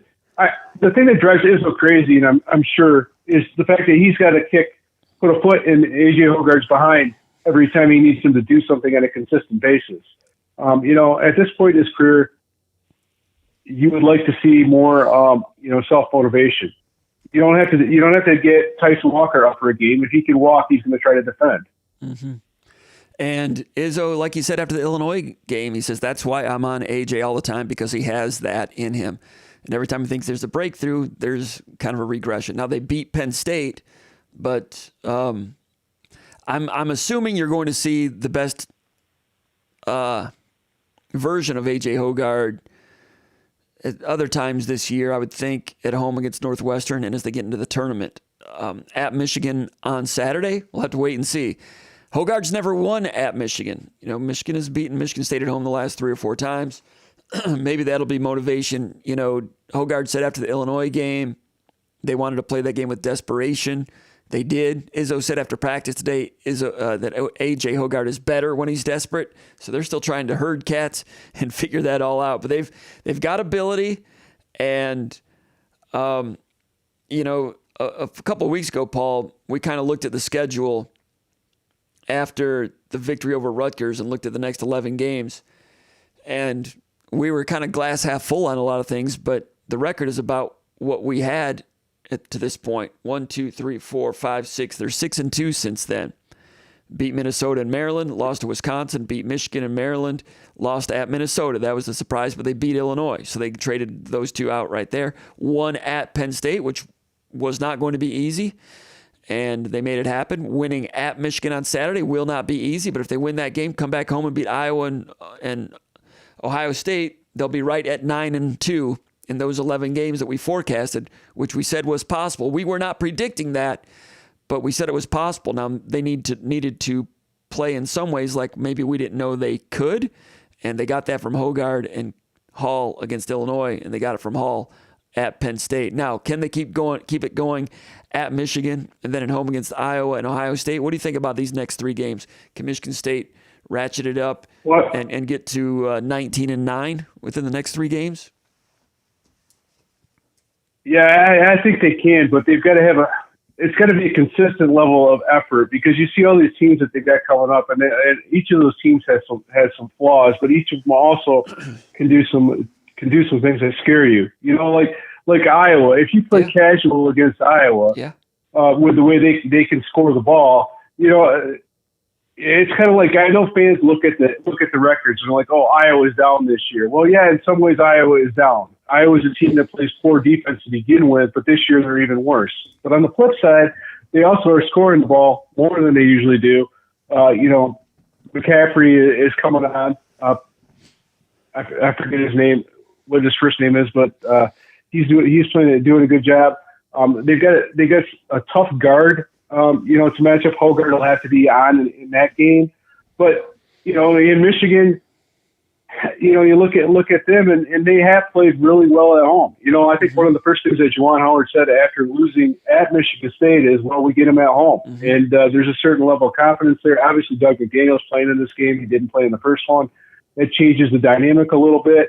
And Michigan has been pretty good in some of these games, at least for half. Now, you know, so Michigan State can't get casual. They can't get too cool for school. And you know what? Like, I don't think they should, but it's something you see sometimes from Big Ten teams. You know, I was watching the first half of the Minnesota-Purdue game tonight, and Zach Edey picked up his second foul pretty early on, and there was a lot of kind of laughing on the bench from some of the bench players, and I really felt like the body language in that game was that they were taking Minnesota lightly. And right after that, Minnesota went on this big run and was up by 8 points at halftime.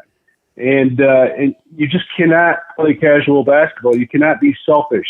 You have to do what's best for your team. So Michigan State can and probably should, you know, like finish strong like we're talking about. But all it takes is a selfish play here, or you know, not getting a 50-50 ball, or playing a team that, you know, is more motivated than you are for a setback to happen. You know, hopefully Michigan State's learned from all those lessons, but they don't have the personnel to overcome, you know, lapses of focus. And you know, the ceiling of this team has grown in some ways, but it's still not high enough where they can take their eye off the ball and expect to win games in the Big Ten. The coaching is too good, and the personnel is too good. Yeah, they need to have the proper motivation and all those things. I think it's within them, but they will have to show a level of consistency that they've not shown to this point in the season, but they're beginning to show it. What have they won? Like 8 of the last 11 or something like that? I think it's possible.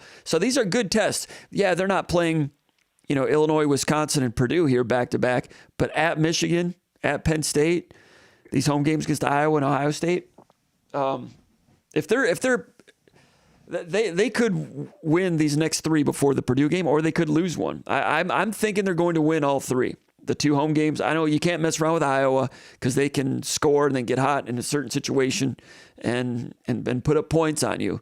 But I'm expecting the Michigan State game that we saw, that had the big lead against Minnesota, that had the big lead against Penn State, made it come around, that got hot against Illinois, saw that one come to fruition. And in these last 6 games, I'm not predicting it, but it wouldn't shock me if they go 5-1. At Michigan, Iowa, Ohio State, lose at Purdue, Northwestern just lost Barry. Then you go at Indiana. Indiana's got all kinds of turmoil. If they go 5-1, yeah, then you're looking at what, 21-10. I'll tell you what, in the 2022 tournament, NCAA tournament, University of Texas went 21-11. They were a 6 seed. You know, that same year, Michigan State was 22-12. They were a 7 seed. You get to 21-10, you win 5 of the last 6. Michigan State's going to be a 6 seed. What were you about to say, Paul? Yeah, I mean the other thing that you got to factor in is like you talk about like Michigan State is getting better. Like we can talk about all their flaws until the cows come home, but you see like guys playing bigger roles. Trey Holloman's really solid. Carson Cooper's coming on. Lee Call's playing like the senior we expected him to play like Jaden Akins. All these things. So Michigan State is getting better, and that's not necessarily true of every team in the Big Ten. You just mentioned Barry at Northwestern going down. Wisconsin, is not as good as they were when Michigan State faced them. They're going into their skid. A lot of these teams are up and down, and I think so.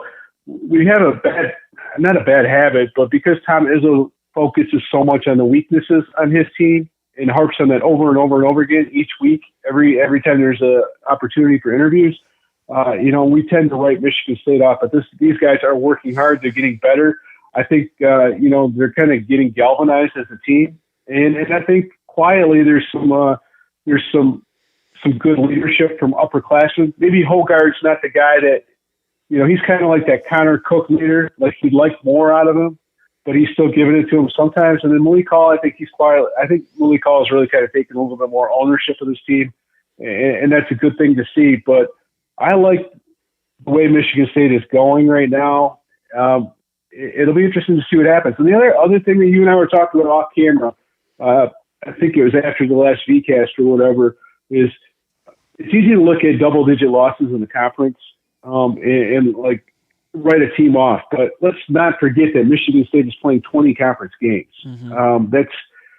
So that kind of skews everything. Not everybody is playing 20 conference games. It's not easy to win in the Big Ten. So the last couple of years, some of these loss totals have been up a little bit higher, but that comes with the territory when you're playing as many conference games as Michigan State is.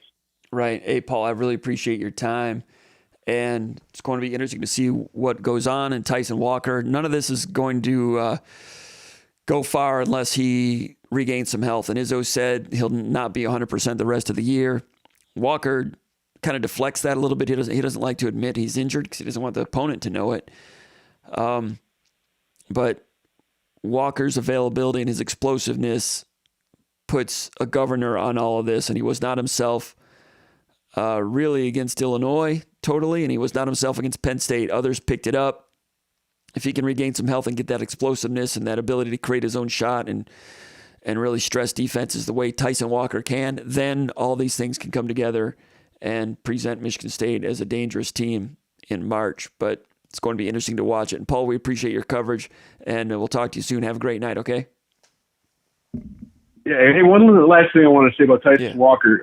Ace Baldwin's an elite defensive player, okay? Like, don't forget about that. And Tyson Walker still scored 19 against Illinois. So, and he still made some tough plays. I mean, he had that one crazy layup last night. That was crazy. And he had 6 rebounds. So, and he's making some timely steals and whatnot. So, yeah, he needs to be a little bit more explosive. But Ace Baldwin, he's an all Big Ten type defender, and sometimes that happens. Mm-hmm. I do think that Tyson Walker needs to consistently look for his shot. He can't turn down shots, but I think he made other guys better last night, and Michigan State didn't need him as much when transition was going well. But I think he'll bounce back. Mm-hmm. All right, Paul, appreciate you. We'll talk to you soon. All right, be good. All right, take care. All right, there he goes, Paul Konendijk, Associate Editor, SpartanMag.com. Great to hear from him. Let's go here to the comments area, see what's going on with the comments. We've got Make the Best of What's Around from Chicago checking in, Matthew Latham checking in, James Banner from Sterling Heights, been through some of these. Make the Best of What's Around. Great to watch Michigan State hockey. Sweep Michigan, first place in the Big Ten. First place in the Big Ten, Michigan State hockey right now, but Wisconsin, what do they have? Ohio State this weekend? Wisconsin's probably going to win both of those games. By the end of the weekend, Michigan State's idle. By Sunday night, I suspect Wisconsin will be in first place by a point. Going into the last 2 weekends of the regular season, most people think it's going to all come down to Michigan State at Wisconsin. The last 2 games of the regular season for the Big Ten championship. Wisconsin is something like 23-6, number 3 in the country. They've been gangbusters too this year. So in terms of a regular season series, that's going to be one of the best in Michigan State hockey history, recent hockey history, maybe in all history, coming up for that one if chalk holds heading into that one in Madison. That's the same weekend that Michigan State plays Purdue in basketball. John Elke says everyone needs to stop getting on Booker. Slow but sure, he's getting better. I would agree with that, John. Booker is getting better steadily, methodically, slowly. Had a long way to go, and he's made a lot of progress. He's a little stronger. He's seeking out contact now. He used to try to swim without getting wet, which of course is impossible. What I mean is he tried to play basketball without making contact. He didn't know what he didn't know. It's not his fault. And like I've said, he didn't ask to be ranked the number one player in the country midway through the summer of his junior year. He didn't ask to be ranked a 5-star. And like we said here on this podcast and at the Underground Bunker message board, the Final Four message board at SpartanMag.com, we caution the Michigan State fans to be patient with him. Paul and I said he's not as good as that ranking. People see that ranking, number 8 or number 9 player in the country, and they think Paolo Banchero. We said he's not Paolo Banchero. So get ready, be patient. And really, Paul and I got blasted by Michigan State fans. Comparoni, you're crazy. He's a 5-star. Haven't you seen his video? Everybody thinks he's a great. I'm like, dude, listen to me. Have patience. Don't believe the rankings. And the problem with the rankings is, with that particular year, is that the high school basketball class, their graduating class of 23, was one of the worst in the last 20 years. That's what the people say that follow the whole thing in its entirety. I look at players here and there, and I'm like, okay, that guy looks like a top 50 player most years. That looks like a top 75 player most years. But I don't know. I don't have a book on all the top 200 players every single year. I just know fragments of them. But we heard that it was one of the worst freshman classes or graduating classes in the last couple of decades, and it's kind of showing that way. I mean, you look around the country, there are not many freshmen that are making a big impact. Minnesota has a couple, but there's not many. Not many freshmen having an impact in the Big Ten or nationally. Where is that? Let me see here. I've got some stats on that. Somebody was talking about on their podcast the other day that I think Goodman was saying this. The top 20 freshmen from last year, the top 20 ranked players in the country, are averaging 21 minutes a game, 8 points a game. So the top 20 freshmen, your top 20 freshmen, those guys often become your one-and-dones NBA players. They're averaging 8 points a game. The top 20 most productive transfers are averaging 14 points a game.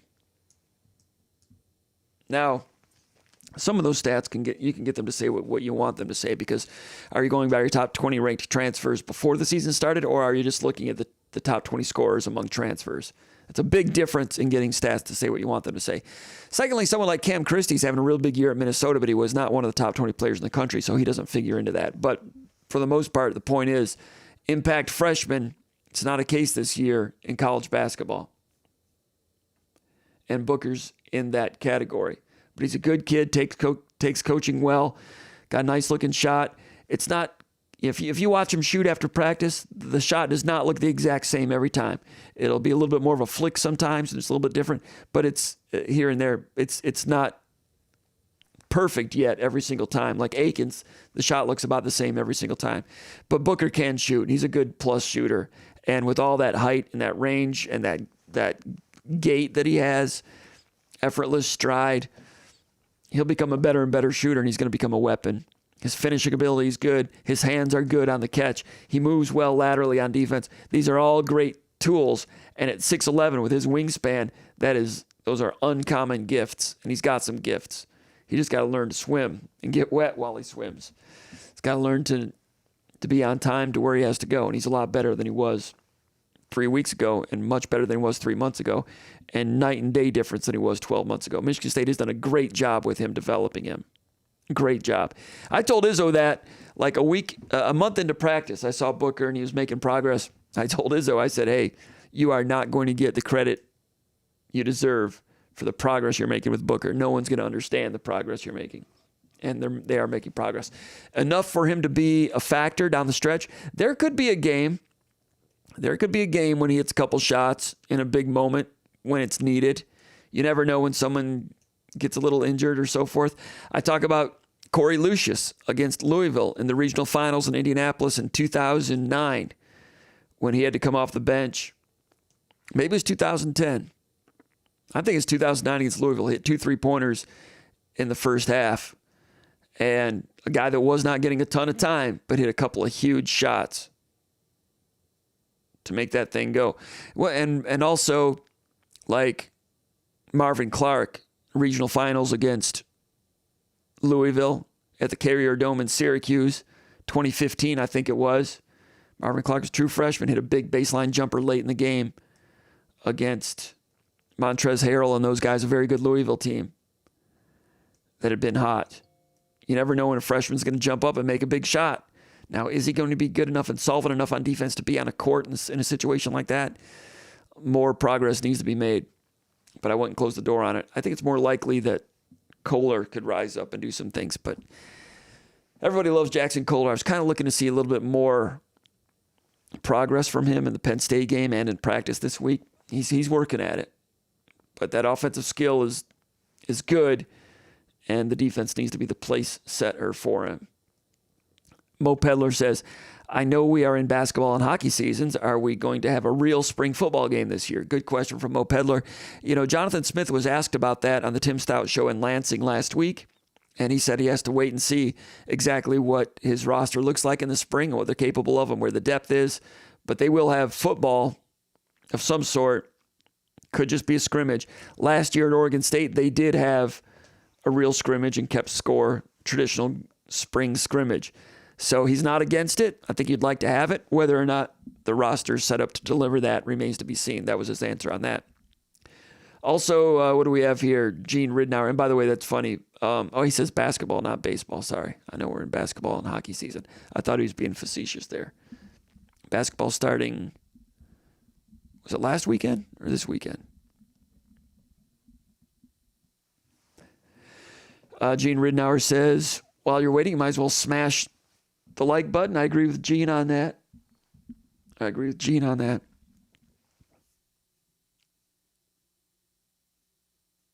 Malcolm Jones Sr. in attendance. Great to hear from him. MSU Hunter Spartan checking in from Wisconsin. Jack and Coke. That's what Nick Harrington is having. Good for Nick. Thank you for your service. Ben Chi checking in from, he didn't say, from Allegan County, Michigan. Nick Harrington says MSU hockey is rolling. Yes, it is.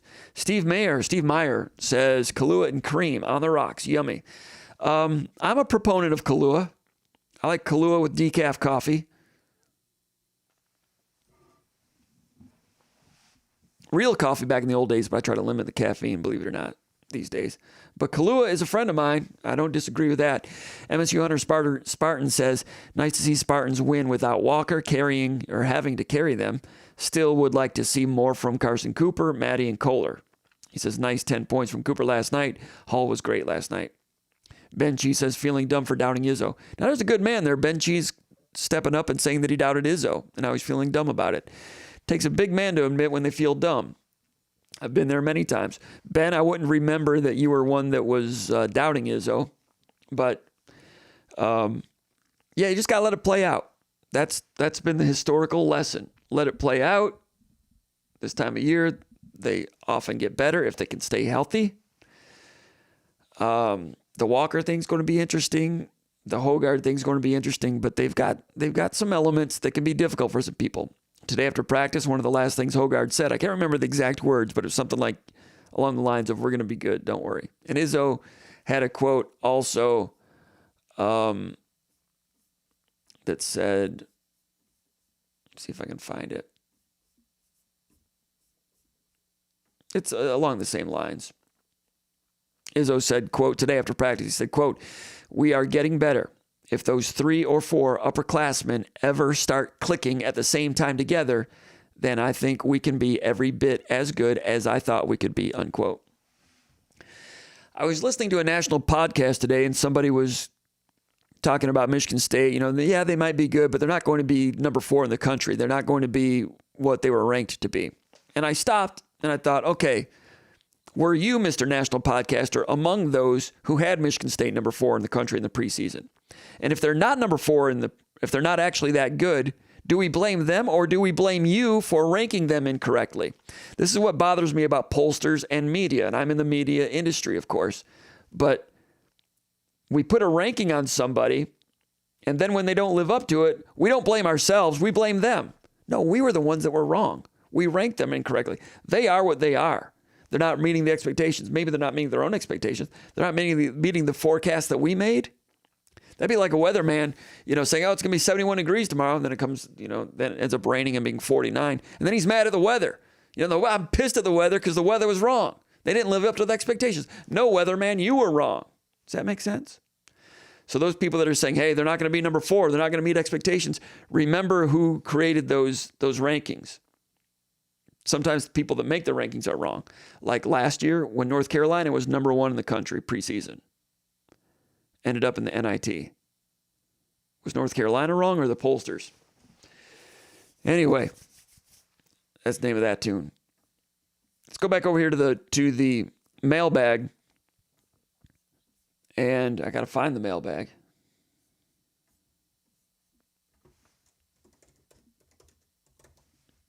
Where's it at? Okay, here it is. Now, which question did we leave off on?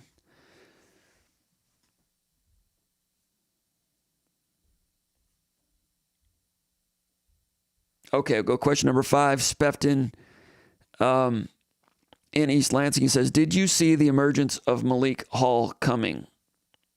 Or was it a pleasant surprise? Do you think it will last?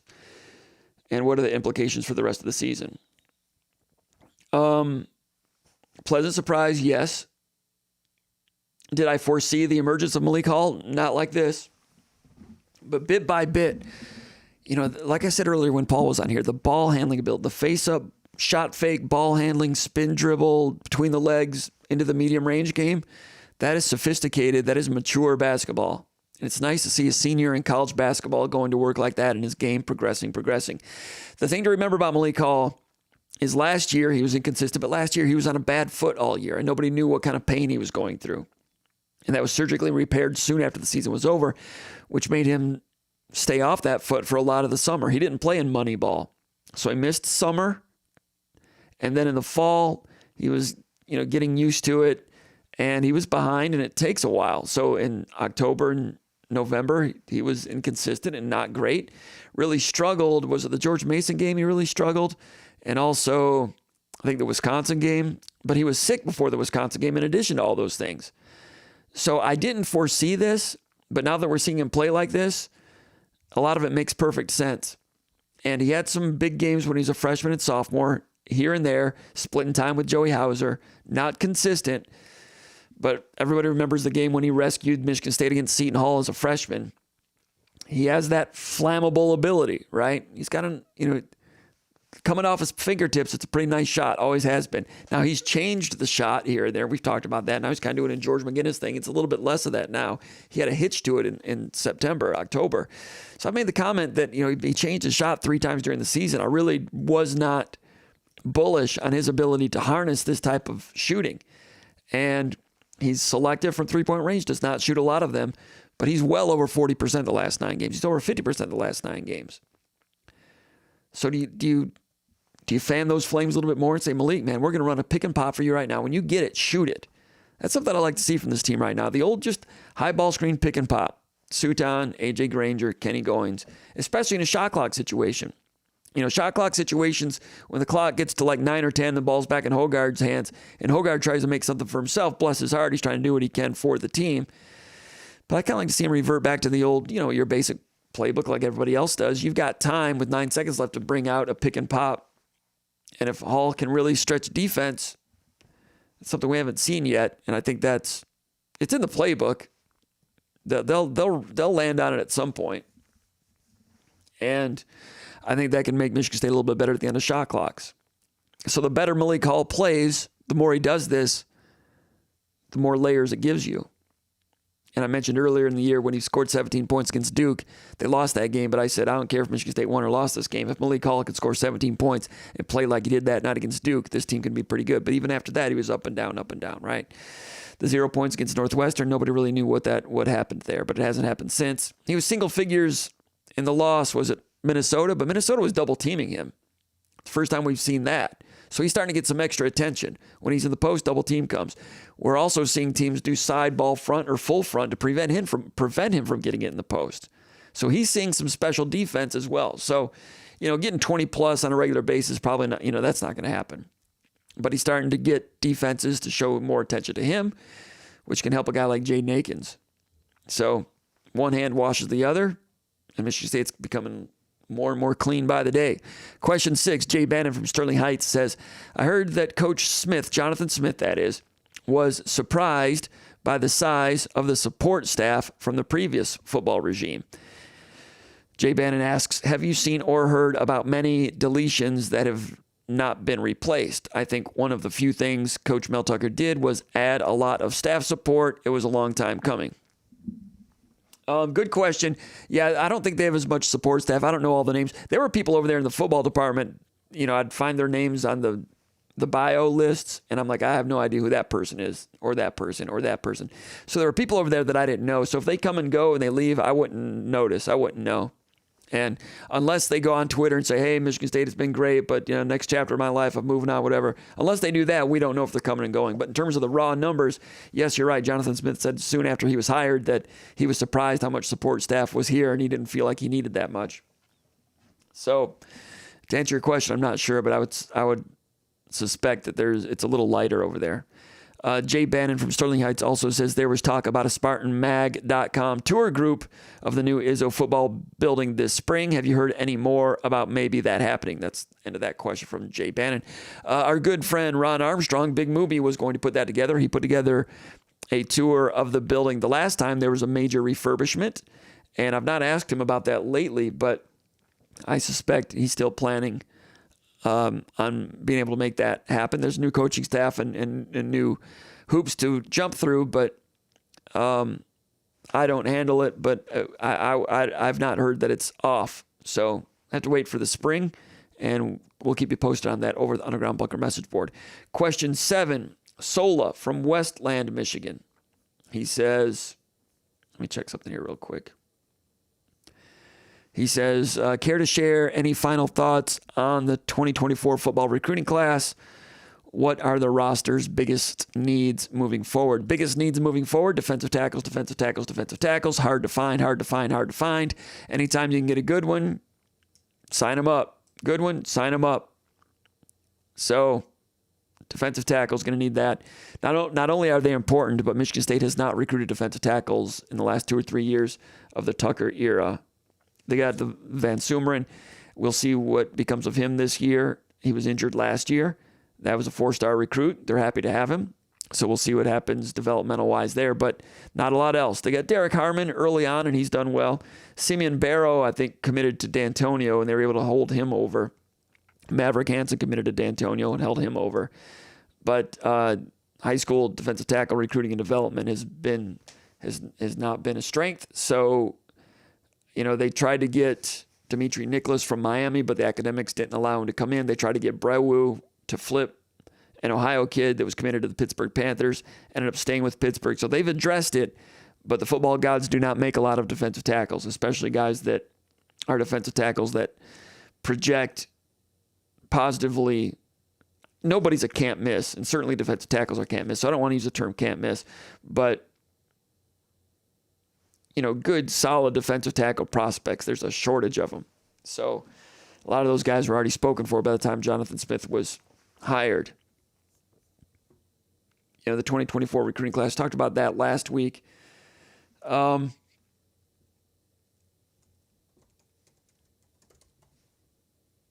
see. We talk about it pretty much every week, but let me go back over it again. I don't want to spend too much time on it. We talked about it a lot last week, but the DBs, Andrew Brinson is a guy I liked that was committed to Oregon State from Florida. Didn't know much about him. When I looked at his film, I was like, oh, okay. So I think he looks pretty good. We've talked about Wyatt Hook, tight end. He's ranked number 112 in California. If there's 111 players in California better than him, I'll eat my hat. Of course, I won't do that because that would be toxic. It's not healthy at all. But, I just think he looks like a real good tight end prospect. Now, in all recruiting classes, 1/3 of them are not going to earn 2 letters. if 2/3 of your recruiting class earns 2 letters, that's a very good hit rate. 66% is a very good hit rate. So we can sit here and list all 20 of them. The fact is, 7 of them are not going to hang around for 2 letters, especially in this day and age of the transfer portal. So Wyatt Hook might not end up here. I don't know, but his film looks good. We'll leave it at that. Brady Pretzlaff, I thought that was a big pickup, the linebacker from Gaylord. The Lunieski twins, Mercer and Charlton. I get them mixed up, but I think Mercer had good junior film and Charlton was just kind of okay, or maybe the other way around. I'll have to look at my notes. But then senior film, I thought they both looked good. So those guys are big program guys then they need offensive linemen, right? Rakeem Johnson, the offensive lineman from Idaho, athletic. My frame of reference in looking at high school players will grow based on what he becomes because I've not seen many offensive linemen that look like him. He looks like a defensive end. He's athletic. And he can pull and go. I've just not seen a lot of guys like him. I remember saying that about the big offensive lineman that went to Michigan about 6 or 7 years ago. Onwenu, is it Michael Onwenu from Detroit Cast Tech? The guy's back was the biggest back I've ever seen on a human being. He was huge. And I watched him and he moved okay, but I was like, I don't know what he's going to be because I've never seen a guy like that. He was top 5 in the state, and I was like, okay.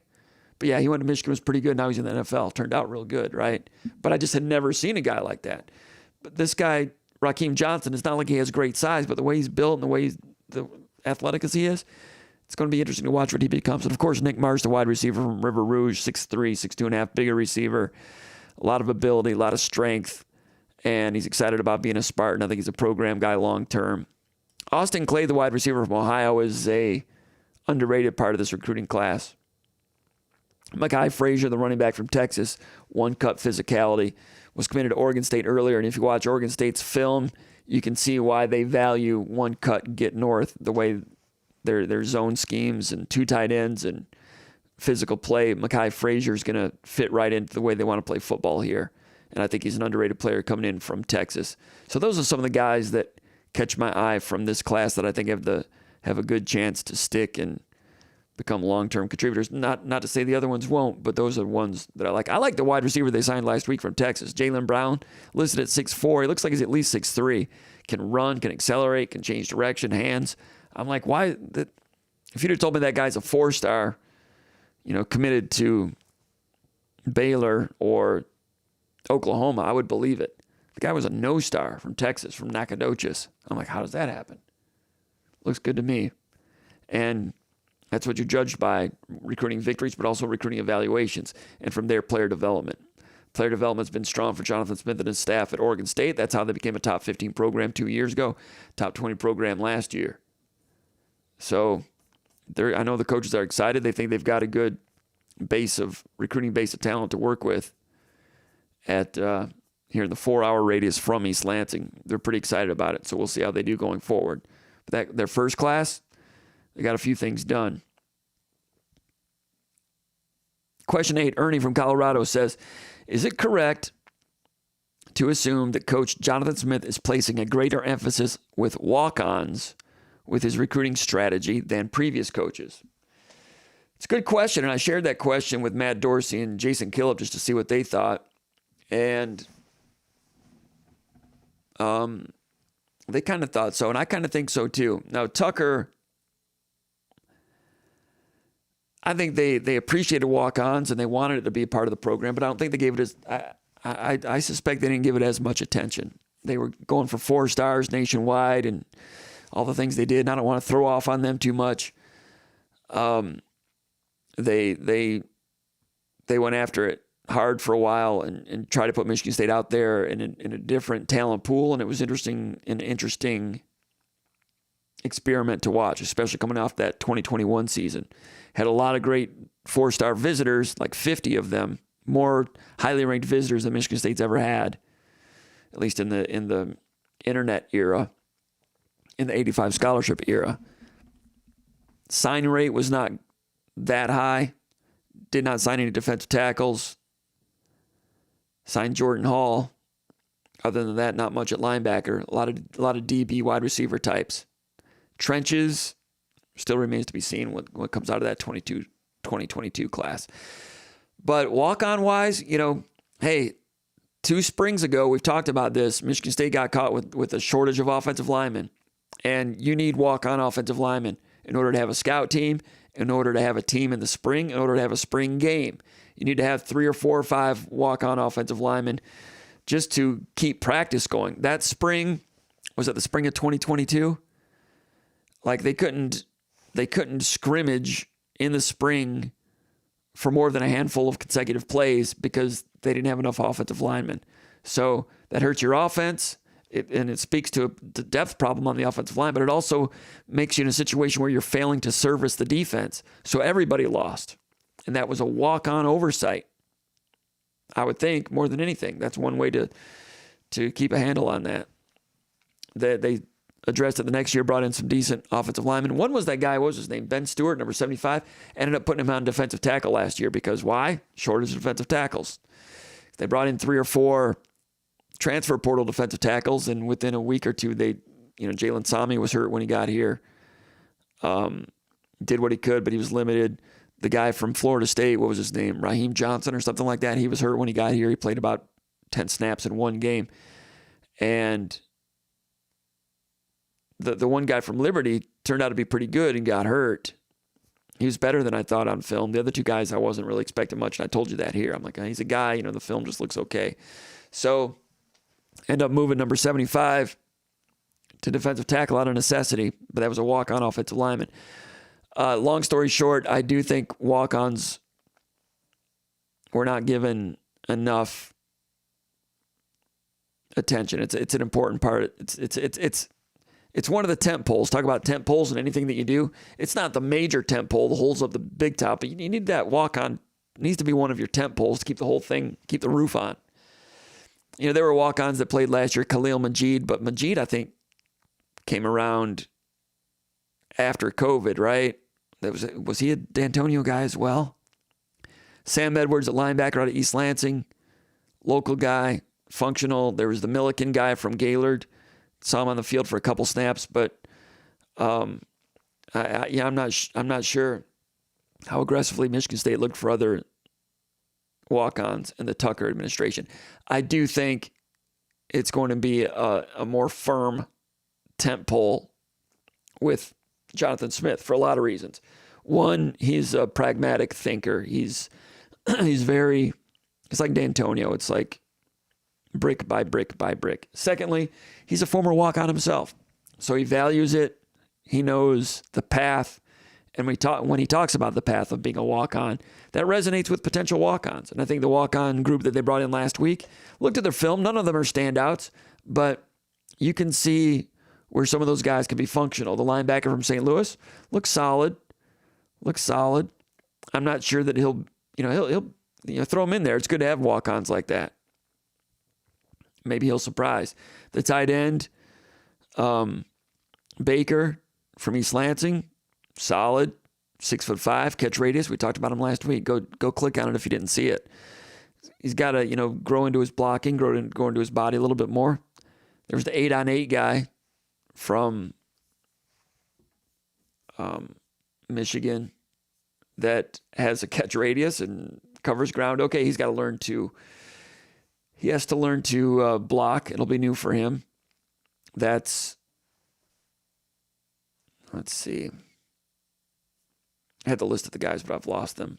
As far as past walk-ons go, Brandon Lewis is a guy that came in out of nowhere. True freshman last year, was kind of in the 2 or 3 deep at safety from Lansing.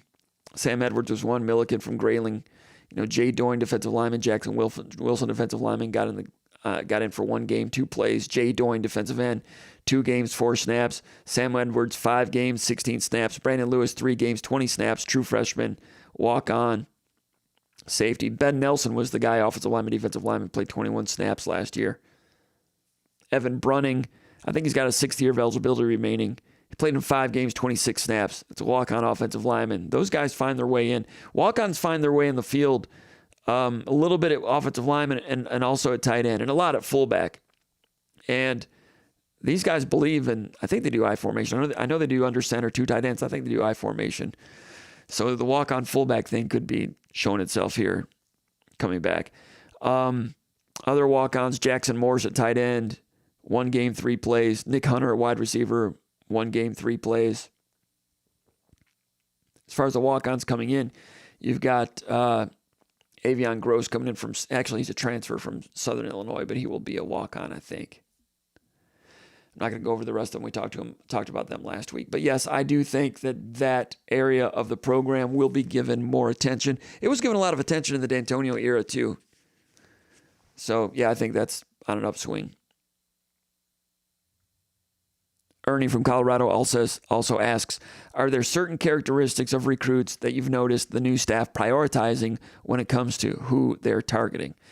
Great question, but I think it's too soon to say. Last year, they were just kind of cobbling it together and did pretty well, but we'll know more as the 2025 cycle becomes more full blast. In terms of their approach, it's no secret that they are taking a deeper, closer look to potential recruits closer to home. The 4-hour radius. Jonathan Smith talked about it.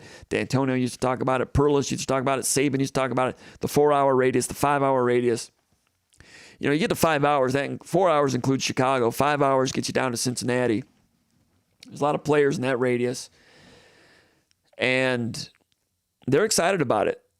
They're excited about the players in Detroit. They want to go make it happen. In Ohio, Illinois, they've touched down in Indiana, Pennsylvania. So I do think that the prospects within the 4-hour radius, I do think that the current staff is going to have more contact with them than the previous staff. The previous staff, maybe they looked at all that film. I mean, when Tucker and those guys were first hired, it was during COVID, and they were watching a ton of film all the time, coast to coast, and they had a beat on a lot of players across the country and went after a lot of them and got a few. In a lot of instances, a lot of local guys didn't get contacted. I think it's a little bit different with this staff. I think they're going to contact a lot of local guys, and we saw that with the junior day a couple of weeks ago. They had, 50 or 60 or 70 guys in. Now, you don't have enough scholarships to offer all of them, but at least you establish a relationship, and you know who these guys are, and you probably bring them back to camp. You look at them again. You look at the senior film, and maybe you don't offer them, but you know who they are. They know who you are. And if any of those guys go to Bowling Green and kill it, then 2 years later, you call them back up and bring them back in. Or if a guy has a great senior year, when you turn and decide to go after him, you've already established a relationship with him and you're not playing from behind. Jaden Walker was a guy Michigan State didn't offer from the previous staff, but they kept an eye on him. Came out, had really good senior film, decided to offer him out of Portage, and got a commitment, ends up going to USC. But that was an instance where they got in kind of a little bit late, but no one else was in on him. So Michigan State was able to get in on him. Now he's got to stay healthy and everything. We'll see how he does at USC. But what's the guy's name? Darius Taylor, the true freshman running back from Minnesota. Was it Walled Lake Central or Walled Lake Western? He was from Walled Lake. Good high school running back. And Michigan State didn't really recruit him. I don't know if he was at camp or not. And then during the fall, Michigan State offered and tried to get in on him, but it was too late. Ends up going to Minnesota, gained over 1,000 yards. But if they had done it right earlier, had him in for junior days, had him at camp, and had that relationship, when it came time to get in on him, you would not have had as much ground to make up. So Michigan State didn't get him. Michigan State goes out to California at the 11th hour, and they get Jalen Barberin, who has a lot of speed. But Barberin's got a lot of other things he needs to prove. We'll see how that all turns out. But you end up ignoring a guy from Walled Lake that wants to be a Spartan to go 3,000 miles away at the 11th hour. You tell me what makes more sense. Maybe that guy hits and becomes, Keyshawn Martin. But, Keyshawn Martin was an example of the opposite. So Michigan State, to put it one way, I think they're doing more homework and doing more interpersonal relationship building with a broader base of local 5-hour radius candidates and prospects. Not all plan A's right now, but like Jonathan Smith said last week, when it comes time to go further from home to get specific players or someone that you've got an in on or someone who shows an interest in coming and playing for the Big Ten, which is going to become a stronger and stronger draw, then you go and make that happen too. I think they're, like a lot of newly hired staffs, they're all busy bees right now. They're excited and they're doing the work. The key is keeping that going for 10 years. And you'll all be very fortunate if they're here for 10 years because that means they've had a lot of success. D'Antonio, I love D'Antonio. Everybody knows that. But as that thing went along, the busy bee thing was kind of buzzing out a little bit in some areas. There were some guys that were still doing a lot of good work, but they still had some decent teams. The team that went out and beat Washington State in the Holiday Bowl, won 11 games, was that Lewerke's sophomore year. Then 6-6 lose to Oregon out in San Francisco. The record wasn't all that good, but they lose to Oregon on a field goal. That would have looked good in the media guide and in the record books to say you beat Oregon out west. Came close for a bad team. Not a bad team, just a 500 bowl team. And D'Antonio's last year, they go out and beat Clawson and Wake Forest out of New York City. And it's the last time they've been in the last time they were in a bowl game was Peach Bowl, Tucker's second year, right? But the busy bee thing, these guys are busy bees right now. I think it's going to be pretty interesting. Question 9, Sparty from East Lansing says, what would you like to see the rotation at the 4 or 5 going to basketball again? What would you like to see the rotation be at the 4 and the 5 going forward? Conan Dyke, that's a good question. Thanks, Sparty from East Lansing. Conan Dyke and I talked about that a few minutes ago. And the 4 and the 5, Sissoko's getting less minutes, but I think he continues to start because I think he's got some rebounding tenacity to him that they like as a tone setter early in games. And I think his ball screen defense is the best on the team. He covers ground. He's quick. He's knowledgeable, and that is valuable to keep that part of it solvent. So he gets a chance early in the game to be productive. He had a turnaround jumper in this game that came, I think they had just cut it to 8 points. I was kind of surprised they fed it to him because they do like to get it to Sissoko early in their scripts just to see if they can get him going. Or just to get a post touch. Yeah, I mean, Penn State had just cut it to 46-38, 8-point game. About 15 minutes to go. And they post up Sissoko. Goes to his right shoulder, hits a turnaround jumper. Looked pretty good. His low post game has not looked good this year, obviously, right? Got the game twice in the low post against Illinois, traveled both times. Or was that the Minnesota game? But I've been saying that I've seen it in practice that he does have a good, solid, comfortable jump hook and a turnaround jumper that's not bad. That play against Penn State, not bad. Earlier this year, he might get 1 or 2 post touches a game, and doesn't look so good. Maybe he's a guy that needs 4 or 5, get it in, shuffle dribble, get it back out, or get it in, get it out, repost. But when he posts up and when Kohler posts up, you can just tell they know they're not going to get many shots. Does that affect how the shot actually comes out of their hand? I don't know. Carson Cooper had a nice little jump hook during the summer. This year, same thing, limited opportunities. Has not looked great. But all those guys, well, we all know that Kohler has really good post skill, post moves. We've seen enough of him over the years to know that that's true, right? But even Kohler this year, when he gets it in the post, he's not been that productive. You know he can do it, but we've not seen him finish much this year. But you know he can do it. Sissoko, I've seen him do it. You guys haven't seen him do it as much, but I've seen him do it. He's got that. Maybe not a guy you send the offense through all the time, but in terms of scripting the first 5 plays of a game, you script one to him, let him go to work, tell him, hey, if it's not there, don't force it. But they're trying to get the opposite with him. Be confident, go up strong with it, draw a foul, get a jump hook, get it going. It's college basketball. It's player development. The development process continues even when you're in February of your junior season. It continues. And Michigan State's not closing the door on that. Now you're asking me about the rotation.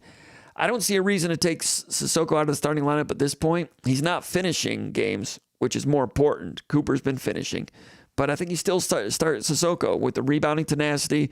He's going to go in there and knock people around a little bit better than anyone else you have in that area. Let him get one touch in there for him. Let him play ball screen defense. I think he's a decent tone setter. So I think he's a starter. Then he comes out at 16 minutes. Cooper goes in. Kohler goes in. Sissoko goes back in. And if he's productive, he gets a few more minutes. If he's not productive and makes mistakes, then in the second half he gets fewer minutes, but he starts the second half as well. I don't see a big problem with that. Cooper finishing games, It's probably your best choice right now, unless Sissoko's having a good game or getting a lot of rebounds or something, or unless the opponent has a really good low post offensive player and Sissoko gives you your best strength on the block. So, I know a lot of people don't like Michigan State's current rotation of 4s and 5s, but it's not like you got a lot of face cards to play there. And like I said earlier, I think Kohler's a guy that can elevate his game this year. He's got to get his ball screen defense together. If that happens, I think he could have an Erasm Lorbeck type offensive march. Not necessarily as much face-up shooting, but in other ways. Question 10, Matthew from East Lansing posted from Louisville, Kentucky. He says, Jim, do you think Izzo will look for a taller wing in the transfer portal around 6'6" or 6'7"? He says this team has had some mismatches this year, parentheses against Hawkins and Christie, etc., because they have not had a defender that size. Good question. I've written some things about this over at the Final Four message board, and I think that has been a shortcoming for Michigan State this year against A.J. Storr. Against, Hogarth did a good job guarding Domask from Illinois, so they proved that in a pinchy situation, Hogarth could get that one done. But yeah, I think Michigan State had trouble with Cam Christie. Michigan State is lacking that 6'7" small forward, the player that Joshua Langford could have been when healthy. 6'7", Morris Peterson became a really good defender. A Damon Bethea type of defender. Shout out to Damon. Saw him at the Illinois game. I didn't get a chance to say hi to him, but Elkhart, Indiana's finest. So Michigan State's not a complete team. We know they don't have great low post, get it down low scoring at the 5. They've recruited to it. Sissoko was a top 60 recruit. Kohler was a top 50 recruit, had a monster senior year. They've recruited to it, but there's not many magic wands out there. But there are some good centers. I mean, you look at Creighton, UConn. They've kind of developed guys that, I don't want to say came out of nowhere, but, Auburn's got Broom. Duke always has guys. Baycott's come around, had a good season at North Carolina after struggling last year. There's good guys everywhere, but you discover them sometimes after they've already developed. The tricky part is finding them before they develop and then bring them to your place, and then they become Zach Edey later. Not many people recruited Zach Edey at 7'5". Wisconsin's had a couple of good ones that looked good earlier this year. Now they're losing some steam. But Sissoko was a top 60 recruit, In top 60, that made him one of the top, 10 centers? There's not a lot of good centers out there, people. If you came out, I've been saying this for years, if you came out to the T-shirt camps, the Nike camp they used to call it, or whatever you want to call them, these go down to EYBL, and you'll see a guy, and I'll say, yeah, that's the number 4 center in the country. And you'd be like, that guy? That guy's a rail. He can't move. I'm like, yep, that's what they look like. Now, there's usually 3 or 4 that look pretty good, and maybe some guys that have good bodies but don't have good skills. But it's a short number. It's a small pool of 17-year-olds that are 6'10" or taller that have a complete body, complete footwork, and complete game. There's not many of them.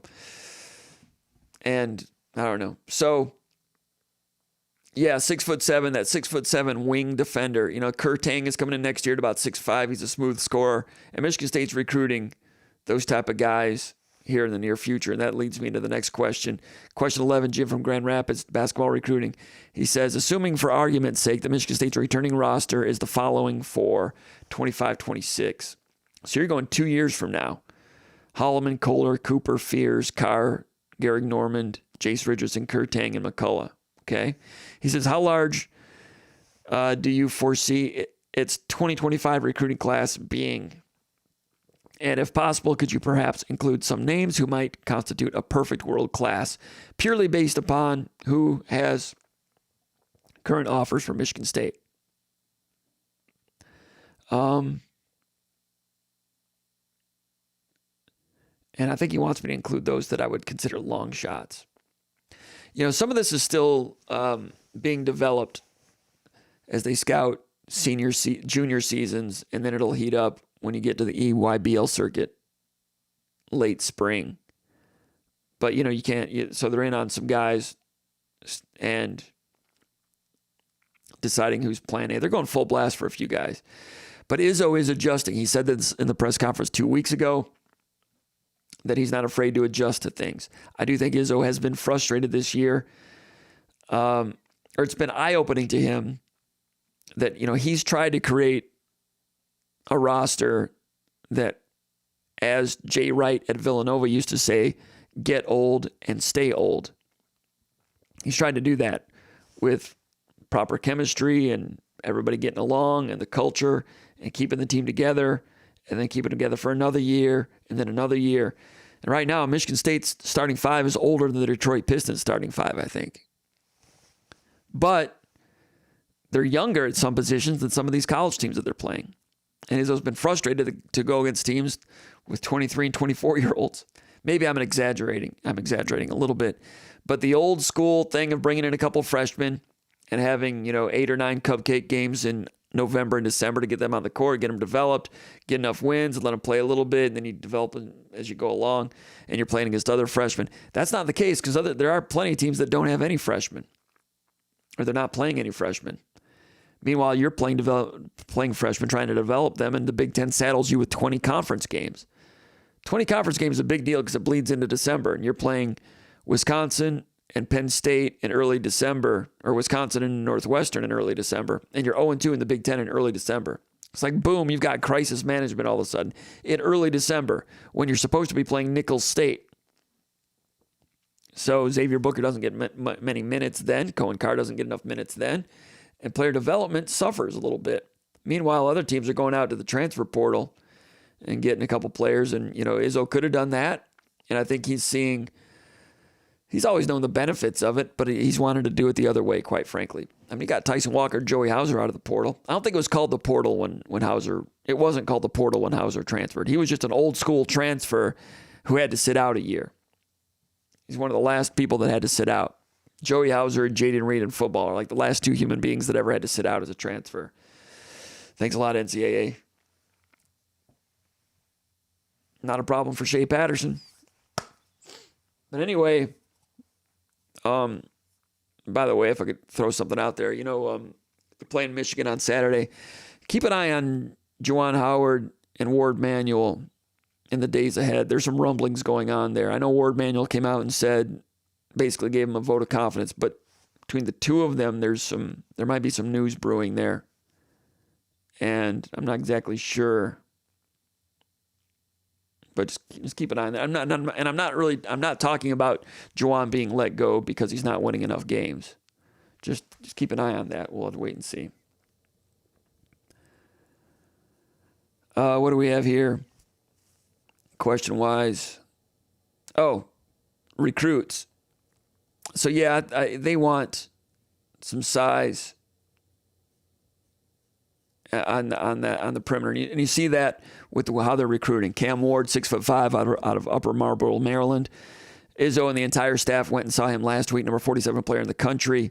He was also at the Maryland versus Michigan State game out in Maryland.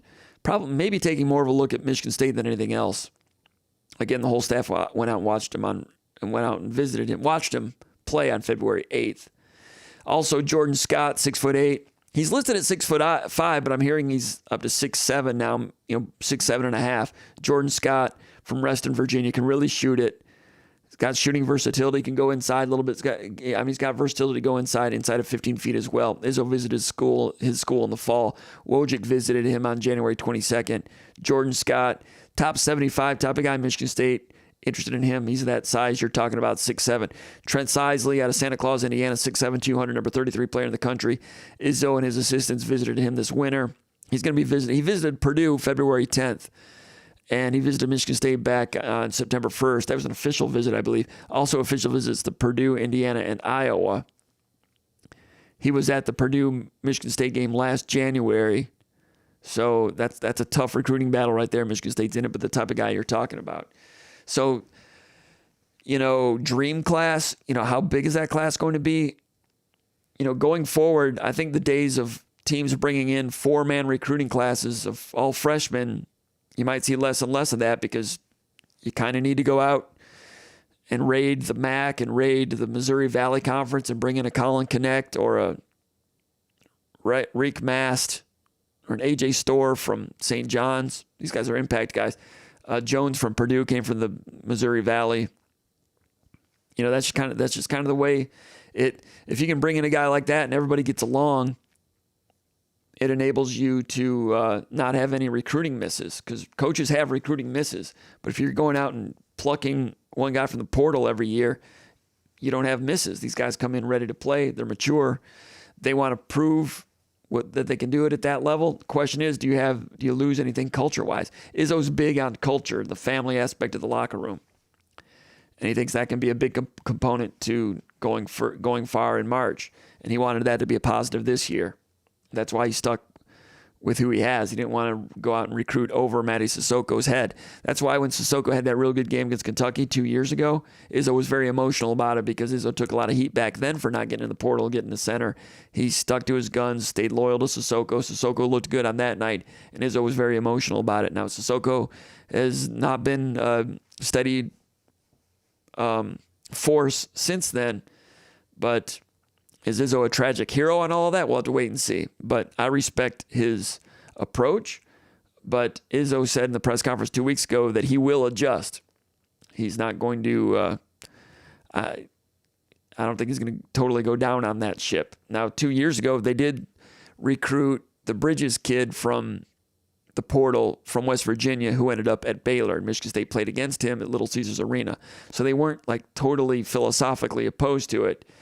They just bet on Kohler and Sissoko and Cooper and Akins, Hogard and Fears, Holloman, and those guys.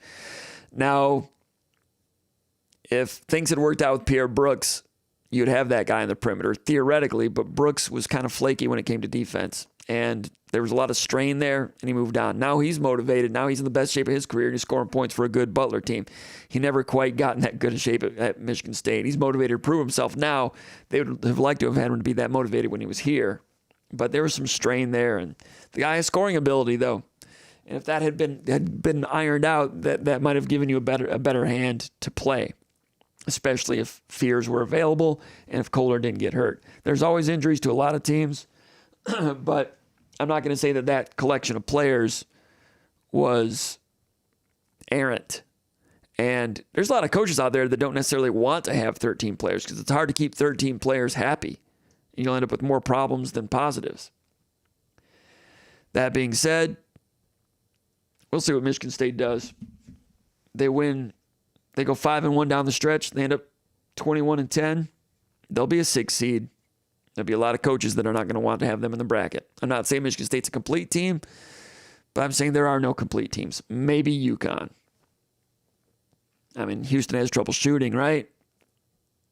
North Carolina plays good defense. They're good. They've had some hiccups here lately. They're pretty good. But I don't know. I mean, we sit there and we focus on Michigan State and everything that they're not. And I say, okay, who's good nationally? I mean, South Carolina looked good for a couple weeks, then they lost by 40 last night.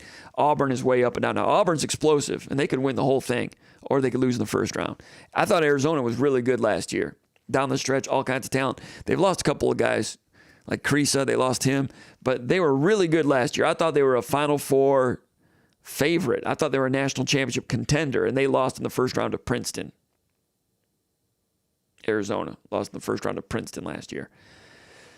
And who did Princeton have? Princeton had a player from that team that transferred, played for somebody that Michigan State played. Was it the guy at Butler or the guy at Baylor? I don't know. And then Purdue, of course, lost to Fairleigh Dickinson last year in the first round. I don't have to give you another history lesson on the top 10 this year in college basketball, going up and down, up and down, up and down. I mean, Tennessee could win the national title this year. They're good. They went out and got Colin Connect. He's good. They've got physicality. But last year they couldn't make a shot. They lost to FAU in the second round. Actually, that was a Sweet 16. And then all of Tennessee's fans are mad because they don't have any shooters. And people ripping on Rick Barnes for not closing deals in terms of going far enough in the tournament. Although he was the coach of Texas in 2003 when they went to the Final Four and they beat that Michigan State team. Very physical. I like Rick Barnes. I think he's pretty good. But the longer you coach, the more you lose. The more you lose, more people think that you're not good enough. Look at Calipari at Kentucky right now. Izzo spoke about that a little bit during after practice today, and you can find that video here on the channel. Make sure to give us a like. And he was talking about Chris Holtmann being fired at Ohio State And Izzo said it was, quote, disturbing. And Ohio State's a team that last year went the high school route. He was building for the future. He didn't go out and hit the portal. And it might have cost him. And that's what Izzo was kind of indirectly saying about the way Ohio State was trying to build it. Now, Holtman basically went to the NCAA tournament his first 5 years. That includes the COVID year, which doesn't count, but 5 straight years qualified for it. Never got to a Sweet 16. Last year, started off strong, nosedive, didn't make it. And then this year, they're 14-11, another nosedive, gone. Basically, every coach in America pretty much is 1.5 years away in college basketball at all time from getting fired. 1.5 bad years. Holtman tournament 5 straight years. 1 bad year, half a bad year, gone. Michigan, Juwan Howard, a lot of success. 1 bad year, half a bad year, he's on the hot seat. For not just for losing. We'll see what else happens. But 1.5 years. And they'll turn you into Hayden Fry. And Izzo knows that. And he knows that he's the same way. I mean, everybody was on his back 2 weeks ago. If Walker had gotten hurt and unavailable and Akins had gotten hurt or Hall got hurt again and they end up having an NIT year like everybody else has, like North Carolina had last year, he'd be a half a year away next year from serious grumbling. You're talking about a Mount Rushmore level coach. So that's just the way it is. Now, as far as other recruits in 05, Seth McKinney, we have video of him here on the channel. Orchard Lake St. Mary's, 6'4.5" guard, muscle guard, nice shooting stroke. You know, Georgetown's going to be in there with him. Indiana's in there with him. Michigan's in there with him. Michigan State's in there. Michigan State has some obstacles to overcome there, but he's a guy that I think it would be a very good defender on the perimeter. He's got some shooting ability too. Izzo loves him. We'll see whether Michigan State can get by those obstacles. Question 12, Greenbelly from Bokeelia, Florida. Let me check the comments real quick, make sure everybody's behaving. Looks like they are. All right. We've got Greenbelly from Bokeelia, Florida. I don't know if I'm pronouncing that correctly. I apologize. If not, he says, who do you think will be the first 2025 Michigan State football commitment? Football commitment, the first one. I posed this question to our very own Jason Killip, recruiting anchor for SpartanMag.com. And Jason says, keep an eye on a few players. He's got his eye on Leo Hannon, quarterback from California, 6'4", 200, Long Beach, California, Servite High School. Ranked number 51 player in the state of California, number 44 quarterback in the country, number 571 in the country. So you're talking about like a medium to high 3-star. They were recruiting him at Oregon State previously, have a relationship with him. He visited Michigan State, I think, in January, plans to return in the spring. And Jason makes a good point. With the expedited nature of quarterback recruiting, don't be surprised if there's a match there. If Michigan State decides he's the plan A we want, and if Leo Hannon says, hey, it's Big Ten, it's good, they want me, I don't want to be caught standing in musical chairs and the music ends, let's go. So keep an eye on Leo Hannon, high 3-star quarterback recruit, 6'4" out of California. Other ones that Jason said to keep an eye on, Desmond Stratton, Michigander, 5'11", 180, he's a safety. No offer yet. I think the previous staff offered him. Roseville High School, and I know that contradicts what I was saying earlier about in-state recruiting. I don't know if the previous staff offered or not. They might not have. But it's not that they're not offering him. Michigan State's had him on campus. They've watched him. They're aware of him. There is a relationship. They are not ignoring him, as might have been the case with some people in the past. Desmond Stratton, Roseville High School, offers from Minnesota, Kentucky, and Cincinnati. Ranked the number 8 player in the country, number 8 player in Michigan, Desmond Stratton from Roseville, 447 in the country. No offer from Michigan State yet, but if Michigan State offered, they'd be in good shape. That's a safety. Linebacker Charles White from Orchard Lake St. Mary's. Jason also has him on the watch list. 6'3", 190 linebacker. He's going to be a top 20 player in the state of Michigan. Offers from Michigan State, Nebraska, Boston College. Keep an eye on Charles White. Good frame at 6'3". He's been to Michigan State, met the staff. Everything's looking pretty good there. Tight end from Orchard Lake St. Mary's, Jason Savory, 6'6", 225. You know that this new staff places high importance on tight ends. They like this guy. He's a high 3-star, ranked number 12 in Michigan. Visited Michigan State January 27th. Michigan State offered on January 12th. Also has offers from Penn State, Rutgers, Boston College, Purdue. He hit it off pretty well with Wozniak, Michigan State's new tight ends coach. And Savory wants to come back and watch a practice in the spring. That's according to an article Jason Killip did at SpartanMag.com a couple of weeks ago. If you like the football recruiting, subscribe to SpartanMag.com. You will like it. $1 for a month. Give it a test drive. You will love it. Question 13, RB Trader from Cayman Islands says, do you think University of Michigan's football misdeeds will result in any vacated wins or championships? Good question. I doubt it. It's really hard to get a read on the NCAA right now. Like I said, coming down the stretch, the NCAA, first of all, they want to stay in business. So what's more conducive to staying in business? Is it hammering a program whose coaches have all left and most of the players have left, and you hammer the returning players? Does NCAA want to do that and show that they still have teeth? You know, they tried to show they still have teeth a couple weeks ago, and they tried to come down on Tennessee about some NIL violations. And Tennessee lawyered up and shot right back at them. So does that make the NCAA more willing to come down harder on others, or does it make them a little more hesitant to do so? I don't know. I don't know how the NCAA thinks. They have different leadership all the time, different precedents, different agendas. It's hard to read what they might do. Do they want to show that they still have teeth and they're powerful, try to hold on to power, or do they try to stay in business by not knocking down a key pillar like Michigan? I don't know. Around the country, will other programs and athletic departments be mad if Michigan is not taken to task on this? Or if with the new, because Michigan might not have a lot of friends out there these days.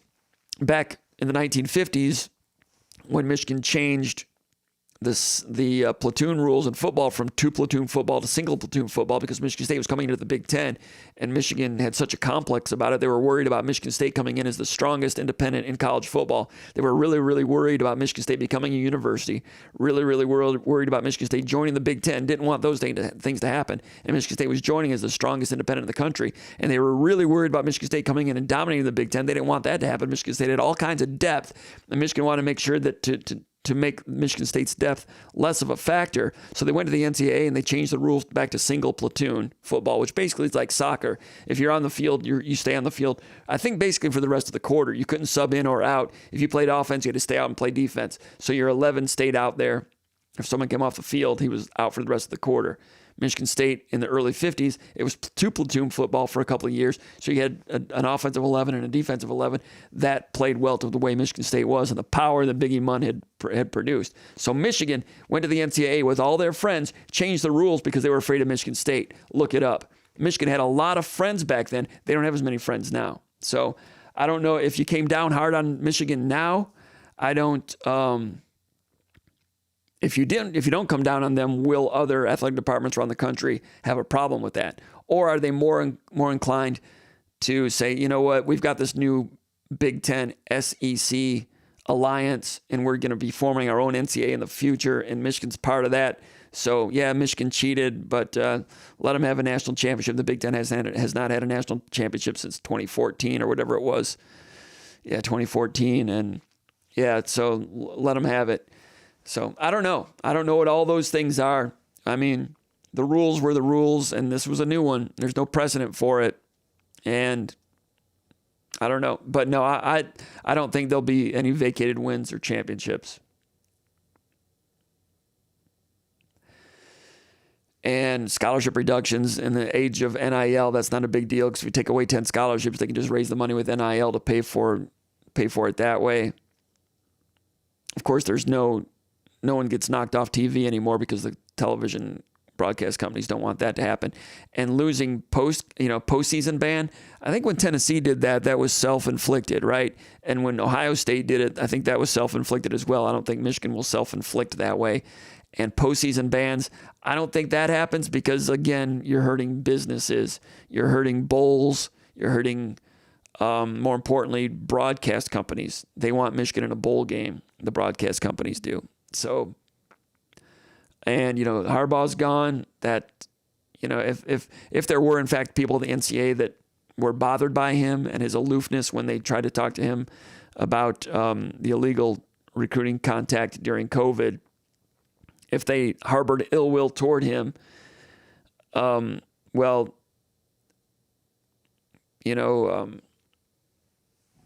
having an axe to grind about that no longer exists either. So I'm not really expecting vacated wins or championships.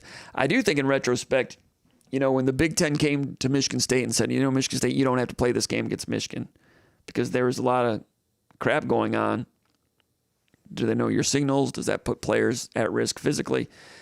And Alan Haller and Harlan Barnett talked about it, and they're old players. They're Spartan dogs. They wanted to play. They're competitors. They thought they had a chance to win. They want to go on the field and have a Michigan State game. In retrospect, I think Michigan State, I'm not speaking as a Michigan State person here. I'm just saying as a college football person, in retrospect, I think that would have been a good move for Michigan State to not play that game because that game would have been an asterisk and game not played.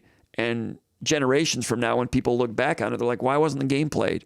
And someone would have to tell them, well, I looked it up and Michigan was caught cheating and the Big Ten told Michigan State, you don't have to play. Just as a protest, I think it would have looked better in the future if Michigan State would have opted out of that game as a protest because now they're national champions. And on our message board before the Michigan-Ohio State game, I tried to prepare the Michigan State fans. I'm like, hey, a lot of people think Ohio State's going to win this game, but be prepared. Good chance they win this game. Good chance he coaches in the Big Ten championship game. Good chance he coaches in the playoff. Good chance he's coaching in the national championship game. And Michigan State fans on the Underground Bunker message board really ripped me on that. Really, really, really ripped me. But that's in fact what happened. And it was difficult to watch, wasn't it? But no, I'm not expecting any justice. All right, question 14. I don't know who posted this, but he says, why did Louisiana drop Michigan State and replace Michigan State on the schedule for Wake Forest? He says, you must have heard a little something question. Great question, and no, I've not heard anything. And I did see Alan Haller at Breslin, and I saw him again at Breslin earlier this week.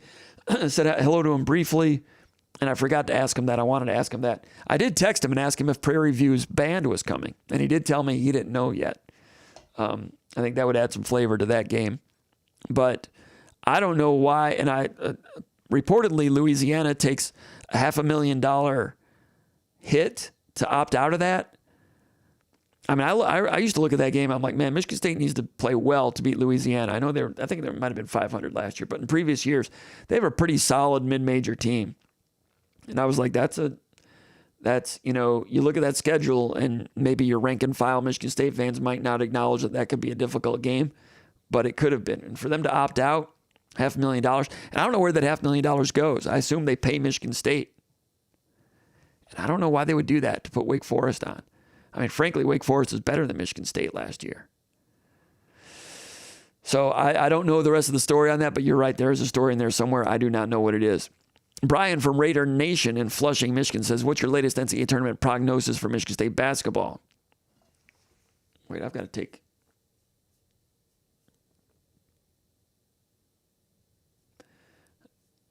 Let's just add that right there.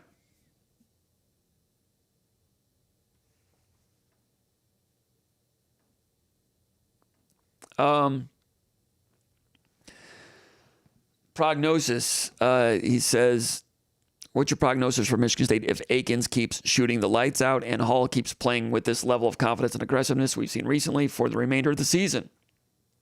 You feel this team is more likely to repeat the Sweet 16 level it achieved last year, or is the lack of the Hauser effect still too much to overcome for making a deep tournament run? Great question. And Brian from Flushing, Michigan, I appreciate the question because you've obviously been following my comments throughout the course of the season. Akins has come along really nicely. He's become a weapon, and he gets that shot off quickly, and he gets to his spot quickly. It's become a nice weapon. Quite frankly, a little bit more than I expected 4 or 5 weeks ago. I thought he's plateauing a little bit. He's taken it up. We talked about Malik Hall earlier. I've always liked him as a player, but I didn't foresee him having a game like he had last night. I mean, he's really blossoming. The face-up skill, the ball handling at that position. And not over-dribbling either. Just enough crossover in between the legs. You would think that'd be over-dribbling and there'd be a problem, but he's making it work with some spin moves. That being said, opponents are going to study his film more and more and more and know And they'll get a read on it. I don't know what the read is, but there are tendencies in there somewhere about when to shoot a double team at him, like on the second dribble if he's facing up or whatever. But he's a pretty good passer too. But yeah, hey, Hall's not going to always play like that. But on a given night, if Aiken shoots like that and Hall plays like that, and you get Tyson Walker coming back and Hogard plays some defense, yeah, that team would be right there in overtime against Kansas State trying to get to the Elite Eight. Capable of beating Florida Atlantic last year and going to the Final Four. So with last year's draw, yeah, they could go to the Final Four. But with last year's draw, would this team have beaten last year's Marquette team? Not sure. But the NCAA tournament's going to be that way this year. There's going to be 68 teams in the field, and I think there's going to be at least 30 teams that can make the Final Four. I mean, who would have thought San Diego State and Florida Atlantic last year? Miami Hurricanes had a lot of NIL players, had some nice players, made a run. They were good. But FAU, San Diego State was good, whatever. But FAU, Creighton was what? 1 point. Creighton had 12 losses last year, right? They were 2 points away from making the Final Four. Yeah, there's going to be about 30 teams capable of doing it. Now, you're going to have to get lucky. You're going to have to get hot. But after the first week, 32 teams got to win. 32 teams got to lose. And then after the second round, 16 teams got to win. 16 teams got to lose. Who are the 16? Man, it could be any number. Then you win 2 more. You know what the progression is. You're going to count Tom Izzo out? I'm not saying Michigan State's a complete team. I'm saying there aren't any complete teams. Connecticut's pretty good. North Carolina's pretty good, but we'll see. But Walker's got to get healthy. That's a big key. These other guys are getting better. Aikens is getting better, like you said. We can see Hall's getting better. Cooper's playing his role a little bit better. Holloman is kind of, tapered down. Got to bring him back. Cohen Carr, need him to come along. Need Cohen Carr to come along late season freshman rise like Izzo often gets. Kohler's got to come around. And Hogard's got to stay consistent and be terrific on defense and all those things. And he's up and down. He just is. There's a motivational thing there. There's a focus thing. I don't know what it is. I don't know what's going on there. You get all the best version of all those guys and a healthy Tyson Walker and Tom Izzo's coaching them on a one-day prep. Good luck. Anyone in the country, good luck. I know Michigan State doesn't match up well against Purdue. Probably wouldn't match up well against Connecticut. Most other teams, if Michigan State can get a number 7 seed and avoid Purdue or North Carolina and Connecticut in the second round, hey, you only get 40 minutes to prove you're the better team. And you can go out and lay an egg and lose to Syracuse like the Miles Bridges team did. But it's a crapshoot. And second round, Michigan State, if all those things I said turn up positive, and as long as you're not playing Connecticut or Purdue or maybe North Carolina on a one-day prep in the second round for Tom Izzo, good luck. Good luck, everybody. All right, let's go over here to the comments area, and then we will sign off. Make sure I'm not missing anything.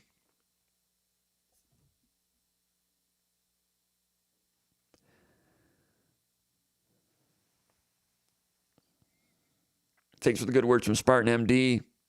MSU Hunter Spartan says, hoping to go to Michigan State versus Wisconsin hockey game March 1st and 2nd. MSU Hunter, let me know if you're going out there. Kenneth checking in from downriver. Benji says, do you give us a chance against Purdue? I feel like we have a shot. I doubt it. Down there, is it going to be senior day for Purdue? I mean, it's a jungle down there. It's loud. Edie's good. No one matches up well with Edie. Michigan State, no different. Yeah, there's a shot, but I kind of doubt it. Last night, and the Hoop Feed article, where I kind of have some notes and some thoughts about the most recent game, throw it out there once in a while. I mentioned that, Tyson Walker's got this injury, and if it's, the injuries like that are nagging injuries, and I'm not a physician and I'm not a team trainer, so I don't know all the ins and outs. Izzo said earlier in the week that he's not going to be 100% all year. And we can see that it hurt him last night when he went up and missed that follow-up dunk. And, when he's running the blitz counter break, when he let that transition thing pass go through his fingertips, I just think that injury is limiting him, of course. But I think it showed when that just something as simple as a pass going through his hands. There's another play when Walker got it. I think it was transition, made a nice drive under the rim, and had a chance to score, but instead kicked it out to Jaden Akins because Akins had made 4 straight 3-pointers. Akins opened the corner, missed number 5, but Walker, good unselfish play. But I'm wondering if the groin thing is like, okay, to go up and score here, I'm going to have to, exert. Were there times last night when he scaled down the exertion because he's playing through pain? God love him. Much respect. There's another play where I felt like he opted away from exertion. So resting it, how much better can the groin situation get with him? I'm not sure. But your point that Ben Cheese said, do they have a shot at Purdue? I'm thinking no. Can Michigan State beat Ohio State on February 25th without Walker? I'm thinking yes. Michigan State has 5 days off between the Ohio State and the Purdue game. Michigan State plays Michigan this Saturday, then they play Iowa on Tuesday the 20th. Just for thoughts and giggles here. What if you rest Tyson Walker the day after the Iowa game? It's a home game. February 21, you rest Walker, and you sit him out at home against Ohio State. Do you risk that? Then you sit 5 more days. You don't play him at Purdue. You lose that game. Sit him out for 3 more days. Bring him back. Let him play March 6th against Northwestern. So you're playing 1 game against Northwestern, and then 1 game at Indiana, then Big Ten tournament. You can go 14 days without a game. How much better can Tyson Walker be in March if you do that? Is that worth it? I don't know. Izzo's not big on the whole load management thing, but just food for thought. Makes me wonder. I think I'd do it. I'm not a doctor. I'm just a BSer. I don't know. Number 6 with an Apple Health icon says, we can knock any team in the country. Just got to be present and all in. I don't disagree. Austin Wolf says, Saturday concerns me. I don't disagree. I agree. I mean, home teams in the Big Ten win at a very high clip. You're talking about a Michigan team that led Michigan State at halftime at Breslin without Doug McDaniel. You're talking about a Michigan team that 8 days ago beat Wisconsin. Can Michigan roll the dice and hit shots and beat Michigan State on that day? Absolutely. Michigan State better not bring their C game.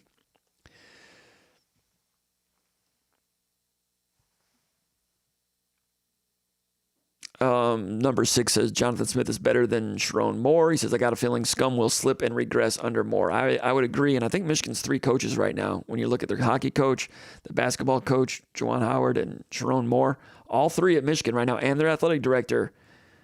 I know they just had a real nice month, but there's a lot of stock sells there, I'd say. John Elke says, is there a ranking that combines recruits and portal transfers? Great question. Not that I'm aware of, but I should pass that along to On3. That's something that would be an interesting thing, just to rank newcomers. I've seen some, portal rankings, and a lot of times they skew toward those teams that bring in 25 guys. I think, did Ole Miss bring in 25 guys this year? Florida State's been very good at it the last couple of years. Michigan State was good at it for 1 year with 1 guy, basically. Bringing in 20, then 20 the next year. So, Colorado went out and brought in 60 guys last year. Would they go 4-8? A lot of fanfare, though. So, I don't know. HM Hunter says, go green. Keith Tunstall says, any chance of Fears playing during tournament time? I don't think so. I think he's hoping to, and he's working toward it, but I don't think so.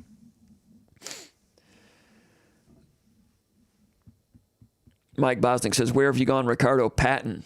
I was the head coach of the Colorado team that Michigan State beat in the first round of the 2003 NCAA tournament. I don't know, but he was supposed to be a hot coach and got blown out in that one, never coached in the tournament again. And Ricardo Patton, before the Michigan State-Colorado game, was talking about Michigan State. He says, yeah, they slow it down. They're physical. They're a grinded out type of team. I'm thinking to myself, man, he doesn't know Michigan State very well. That's right around the time Michigan State was in go mode, and they ran them off the court too. Spartan MD says, like and subscribe. Thank you, Spartan MD. Hit the like button. We appreciate that. Jay Chevy 1988 says, no need to be nice, comp. Go off. I'm here for it. I never feel good when I go off. When I go off and I start spewing out a lot of mean things, I don't feel good for a few days. I don't want to I don't necessarily want to be that guy. You know, I don't know. Keith Tunstall says, since you want to go down memory lane, what really happened to Brandon Cotton and Marcus Taylor? I don't know. I really don't know anything between those two. Cotton, a good point guard with size, ended up going to U of D, was, I think, a McDonald's All-American, you know, top 40 type recruit, solid, had some physicality, scoring ability, was here for about a year, left the team, was it the 04 team? But yeah, when he left, you know, I don't know if there was like any huge drama. There was something that somebody told me about it at one point, but yeah, the personalities, that they didn't mesh great. There wasn't as much welcoming there as there could have been. Put it that way. And I don't blame Brandon Cotton. Just one of those things. Had some ability. Ben Chi says, Jim, seems like you have a great memory of almost any game in the past 30 years, and it's impressive. I sometimes forget to trust Izzo. He's earned it. Thanks for that comment, but my memory, here and there, it's okay. But I got to tell you, it's not as good as it used to be. It's one of the aging situations, right? I'm working on it. You know, I'm seeing what I can do, but you know, back when you're 27 years old and you're writing for Spartan Magazine and you're really diving into things, those things just kind of get imprinted when it's your first Final Four, your second Final Four, your third Final Four, your fifth tournament. Those get ingrained a little deeper. You get into it gets a little foggy for me. The Valentines, the Bryn Forbes, even, you know, games last year. Someone will mention something. I'm like, man, I don't remember that. And I'll go and I'll reread it. And I'm like, okay, yeah, I remember that now. But the instant recall, maybe I shouldn't be saying all these things, but thank you for the compliment. You know what? People used to tell me, I mean, I used to have a crazy memory, not necessarily for academics, but just like, I don't know, like if I saw an old high school friend and we talked about something, hey, remember that time we went to whatever? I'd say, yeah, you were wearing those whatever shoes and you had this shirt on and we stopped and ate so-and-so that day in 1988. And they'll look at me like, what the? I'm not bragging because I never used that maybe as well as I could have or should have. Maybe I didn't have it academically. I don't know. I was okay. But I mean, my sister went to Harvard. I didn't quite put it to that good a use, but. And I'd freak her out too with just some of the stupid things I'd remember. But I've lost a step on my fastball in that category. And that's I used to enjoy being able to remember everything. Can't do it anymore. I'm just like full. I need to have like a memory defrag. I wonder if I don't know if Purdue ended up winning that game or not. Ben Chi says it was entertaining seeing you swear last week, though, laughing out loud. Yeah, I regretted that, and I was kind of worked up. TJ Judson with some comments. I respect his opinion. I disagree, but I respect his opinion. TJ Judson says watching half our games is a miserable experience. Who cares if we're one of the 68 best teams? That's harsh. Miserable experience. Maybe you should take up stamp collecting or just watch, like I always say, just watch Disney movies. It's always a gleeful ending to Disney movies. So go watch Frozen.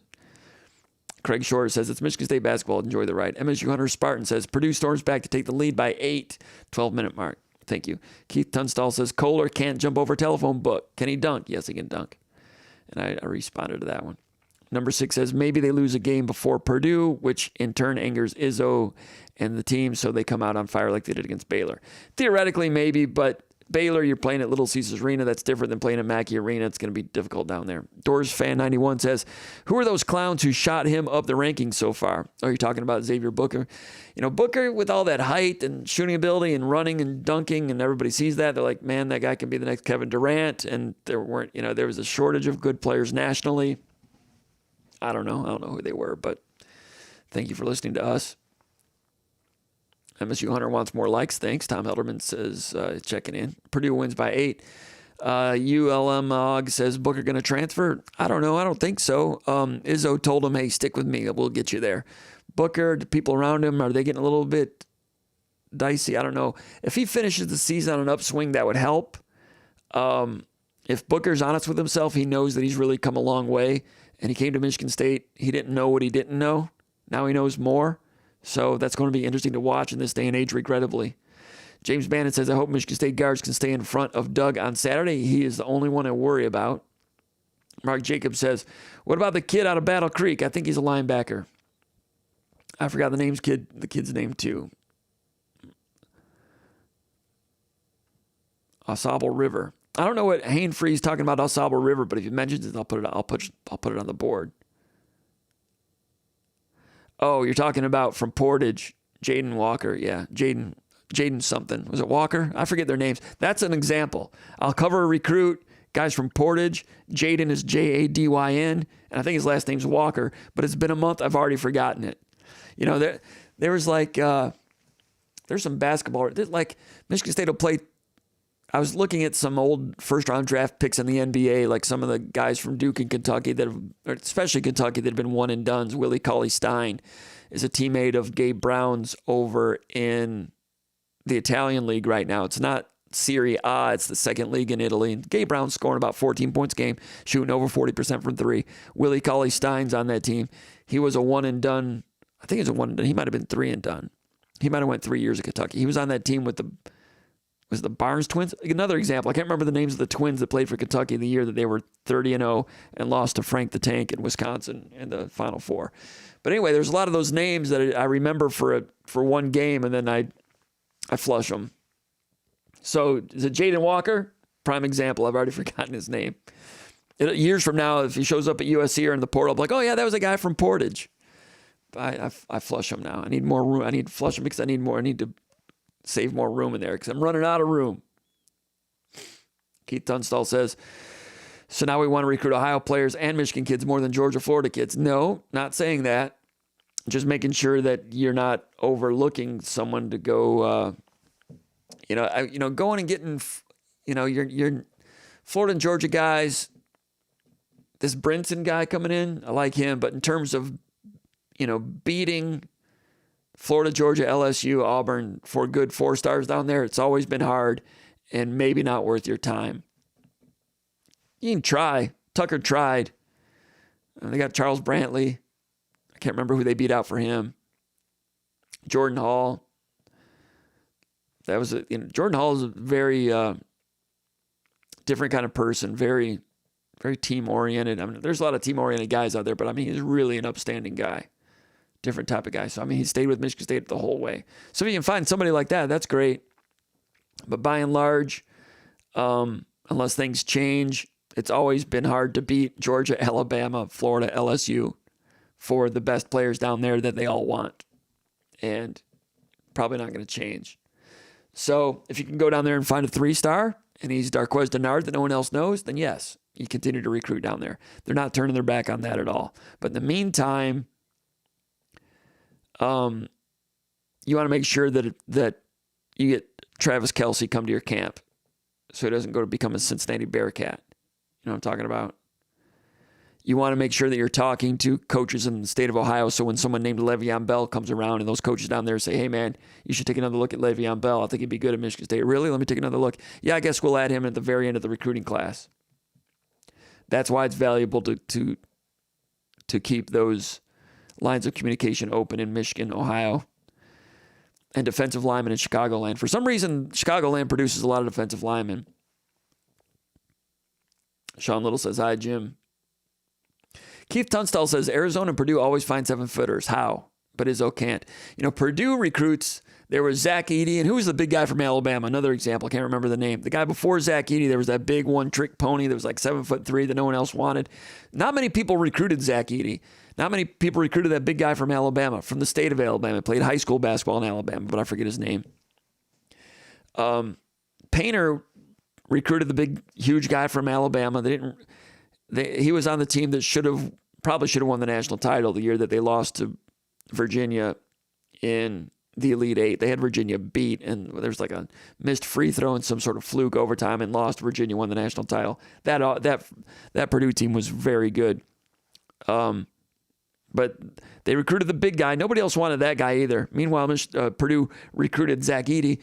Not many people recruited Edey. So if you want to go out and get a 7'4" guy, there's not many of them. But if one comes around, Maybe. But yeah, you're right. Purdue does. So once you get the big guy from Alabama, if you're Zach Edey, you see, well, yeah, Purdue used that big guy from Alabama. They've shown that they will use a big guy like me, so I'll go there. So probably the next time there's some 7'4" guy, Purdue's going to have a better chance than someone else at him, but there's not many players like that, right? But you're right. Arizona does have big guys. Now the guy they have from Mali, same country that produced Sissoko, Ballo is his name, right? But he's not great.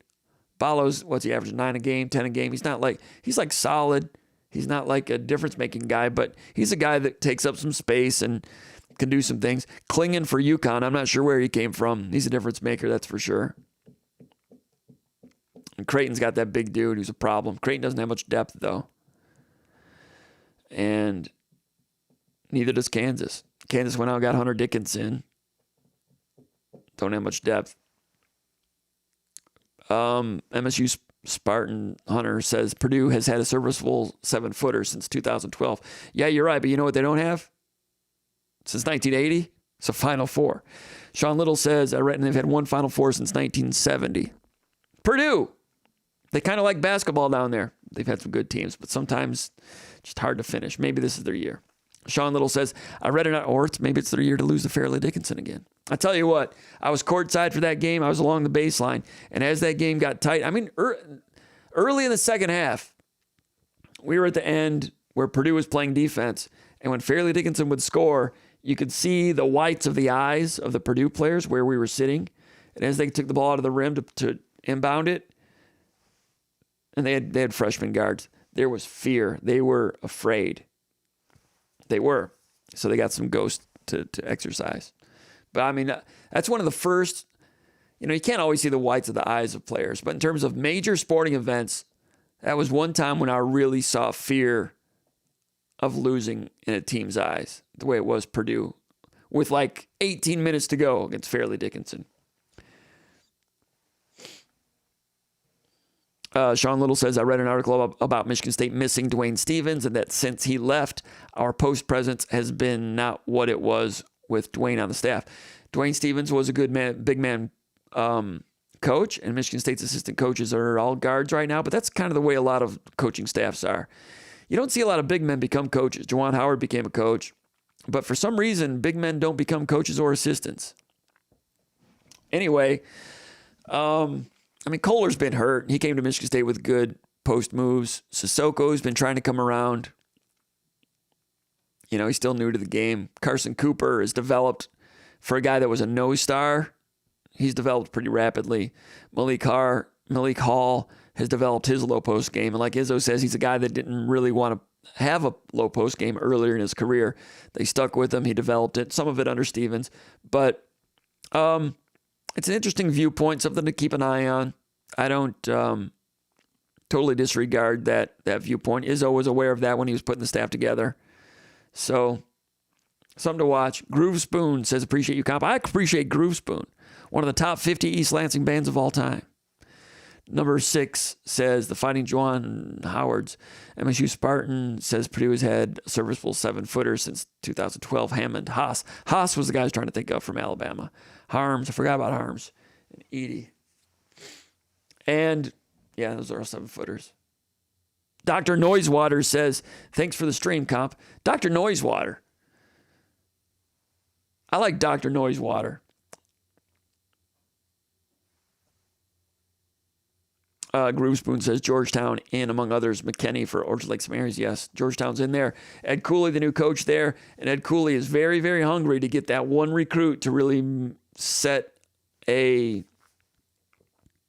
standard to be a linchpin type of recruit. Is McKinney the guy? They're probably in on some others, but yeah, there's something there. Now I think McKinney's camp, his dad, he likes Michigan a lot, but Michigan's got situations going on right now, and that, McKinney's a good kid though. Talked to his coach last week, 2 weeks ago for a story at SpartanMag.com. His coach raves about him as a young man. So anywhere McKinney goes, he's going to be an asset to some program somewhere. Michigan State's in there battling. Thomas Kelly's the lead recruiter for Michigan State on that one. Kelly and Montgomery were at the game when I was there at Oakland University against Brother Rice. Wanted to go the next day to watch play East Lansing out at Aquinas College, but Michigan State was playing Maryland that day, couldn't do it. And I wanted to go to a game tomorrow, but I'm going to go watch my nephew play hockey. He's about done with his hockey career. I want to check that out.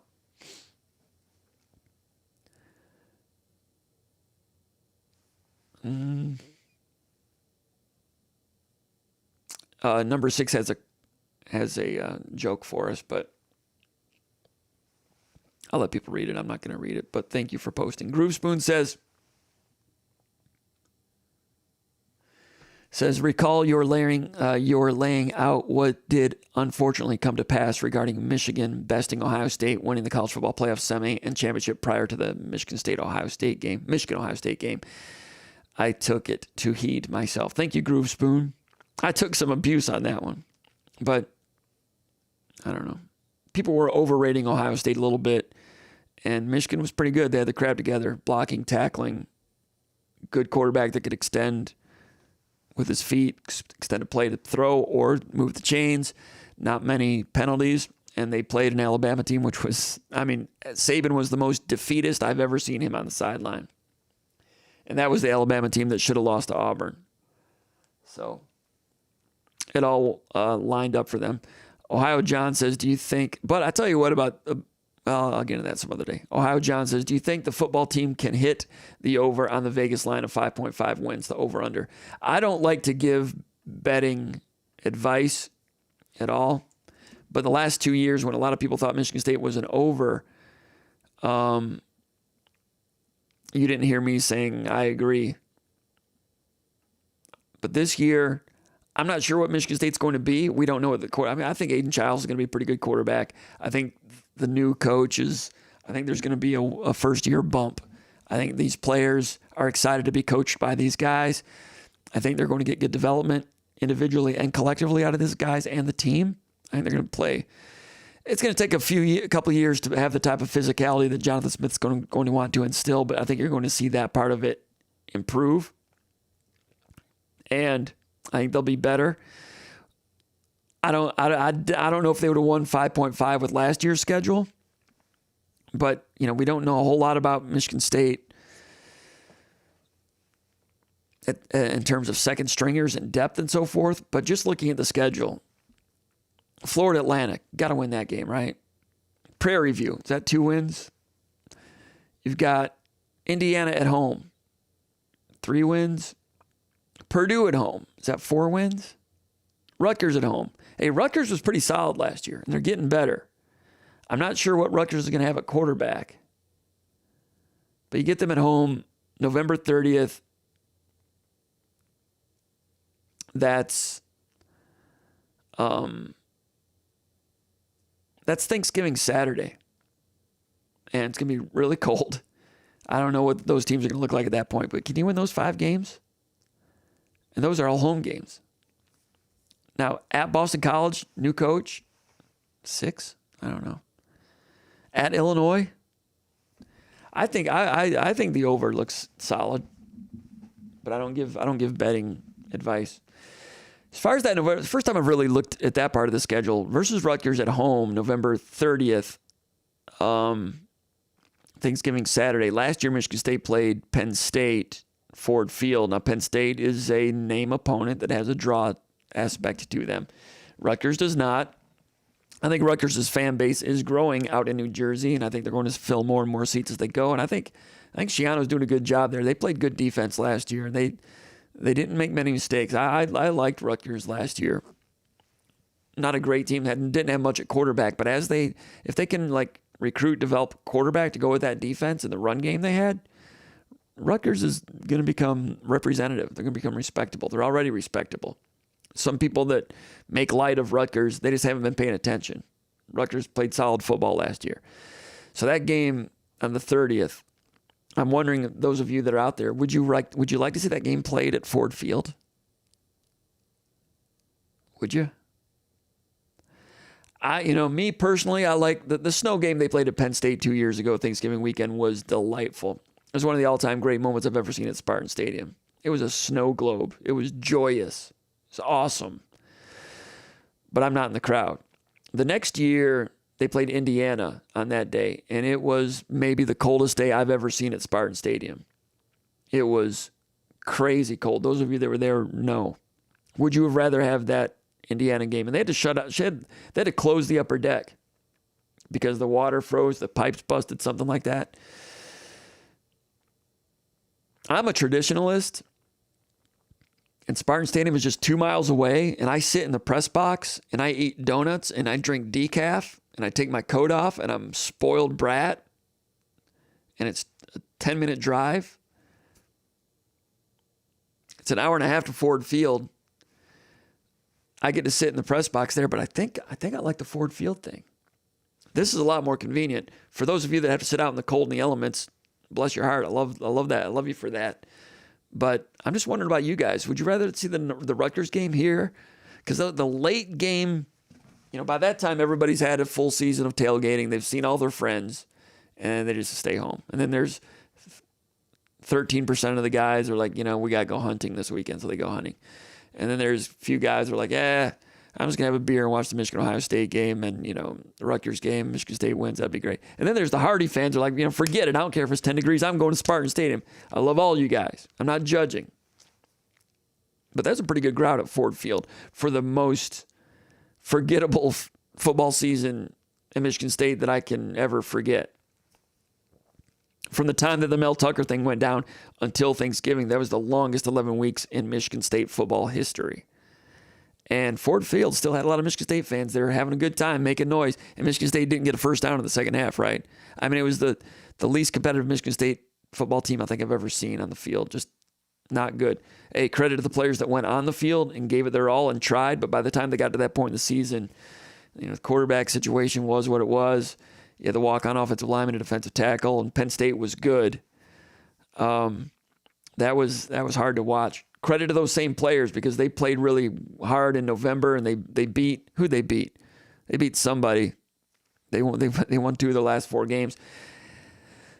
Could not stop Minnesota or Rutgers on the ground in the fourth quarter. Let's see. They beat Indiana, and they beat somebody else. You can look it up. I'm not sure, but credit to those players. I'm not criticizing them at all, but Michigan State's football that day against Penn State at Ford Field, Michigan State was not good, right? Not good. That was difficult.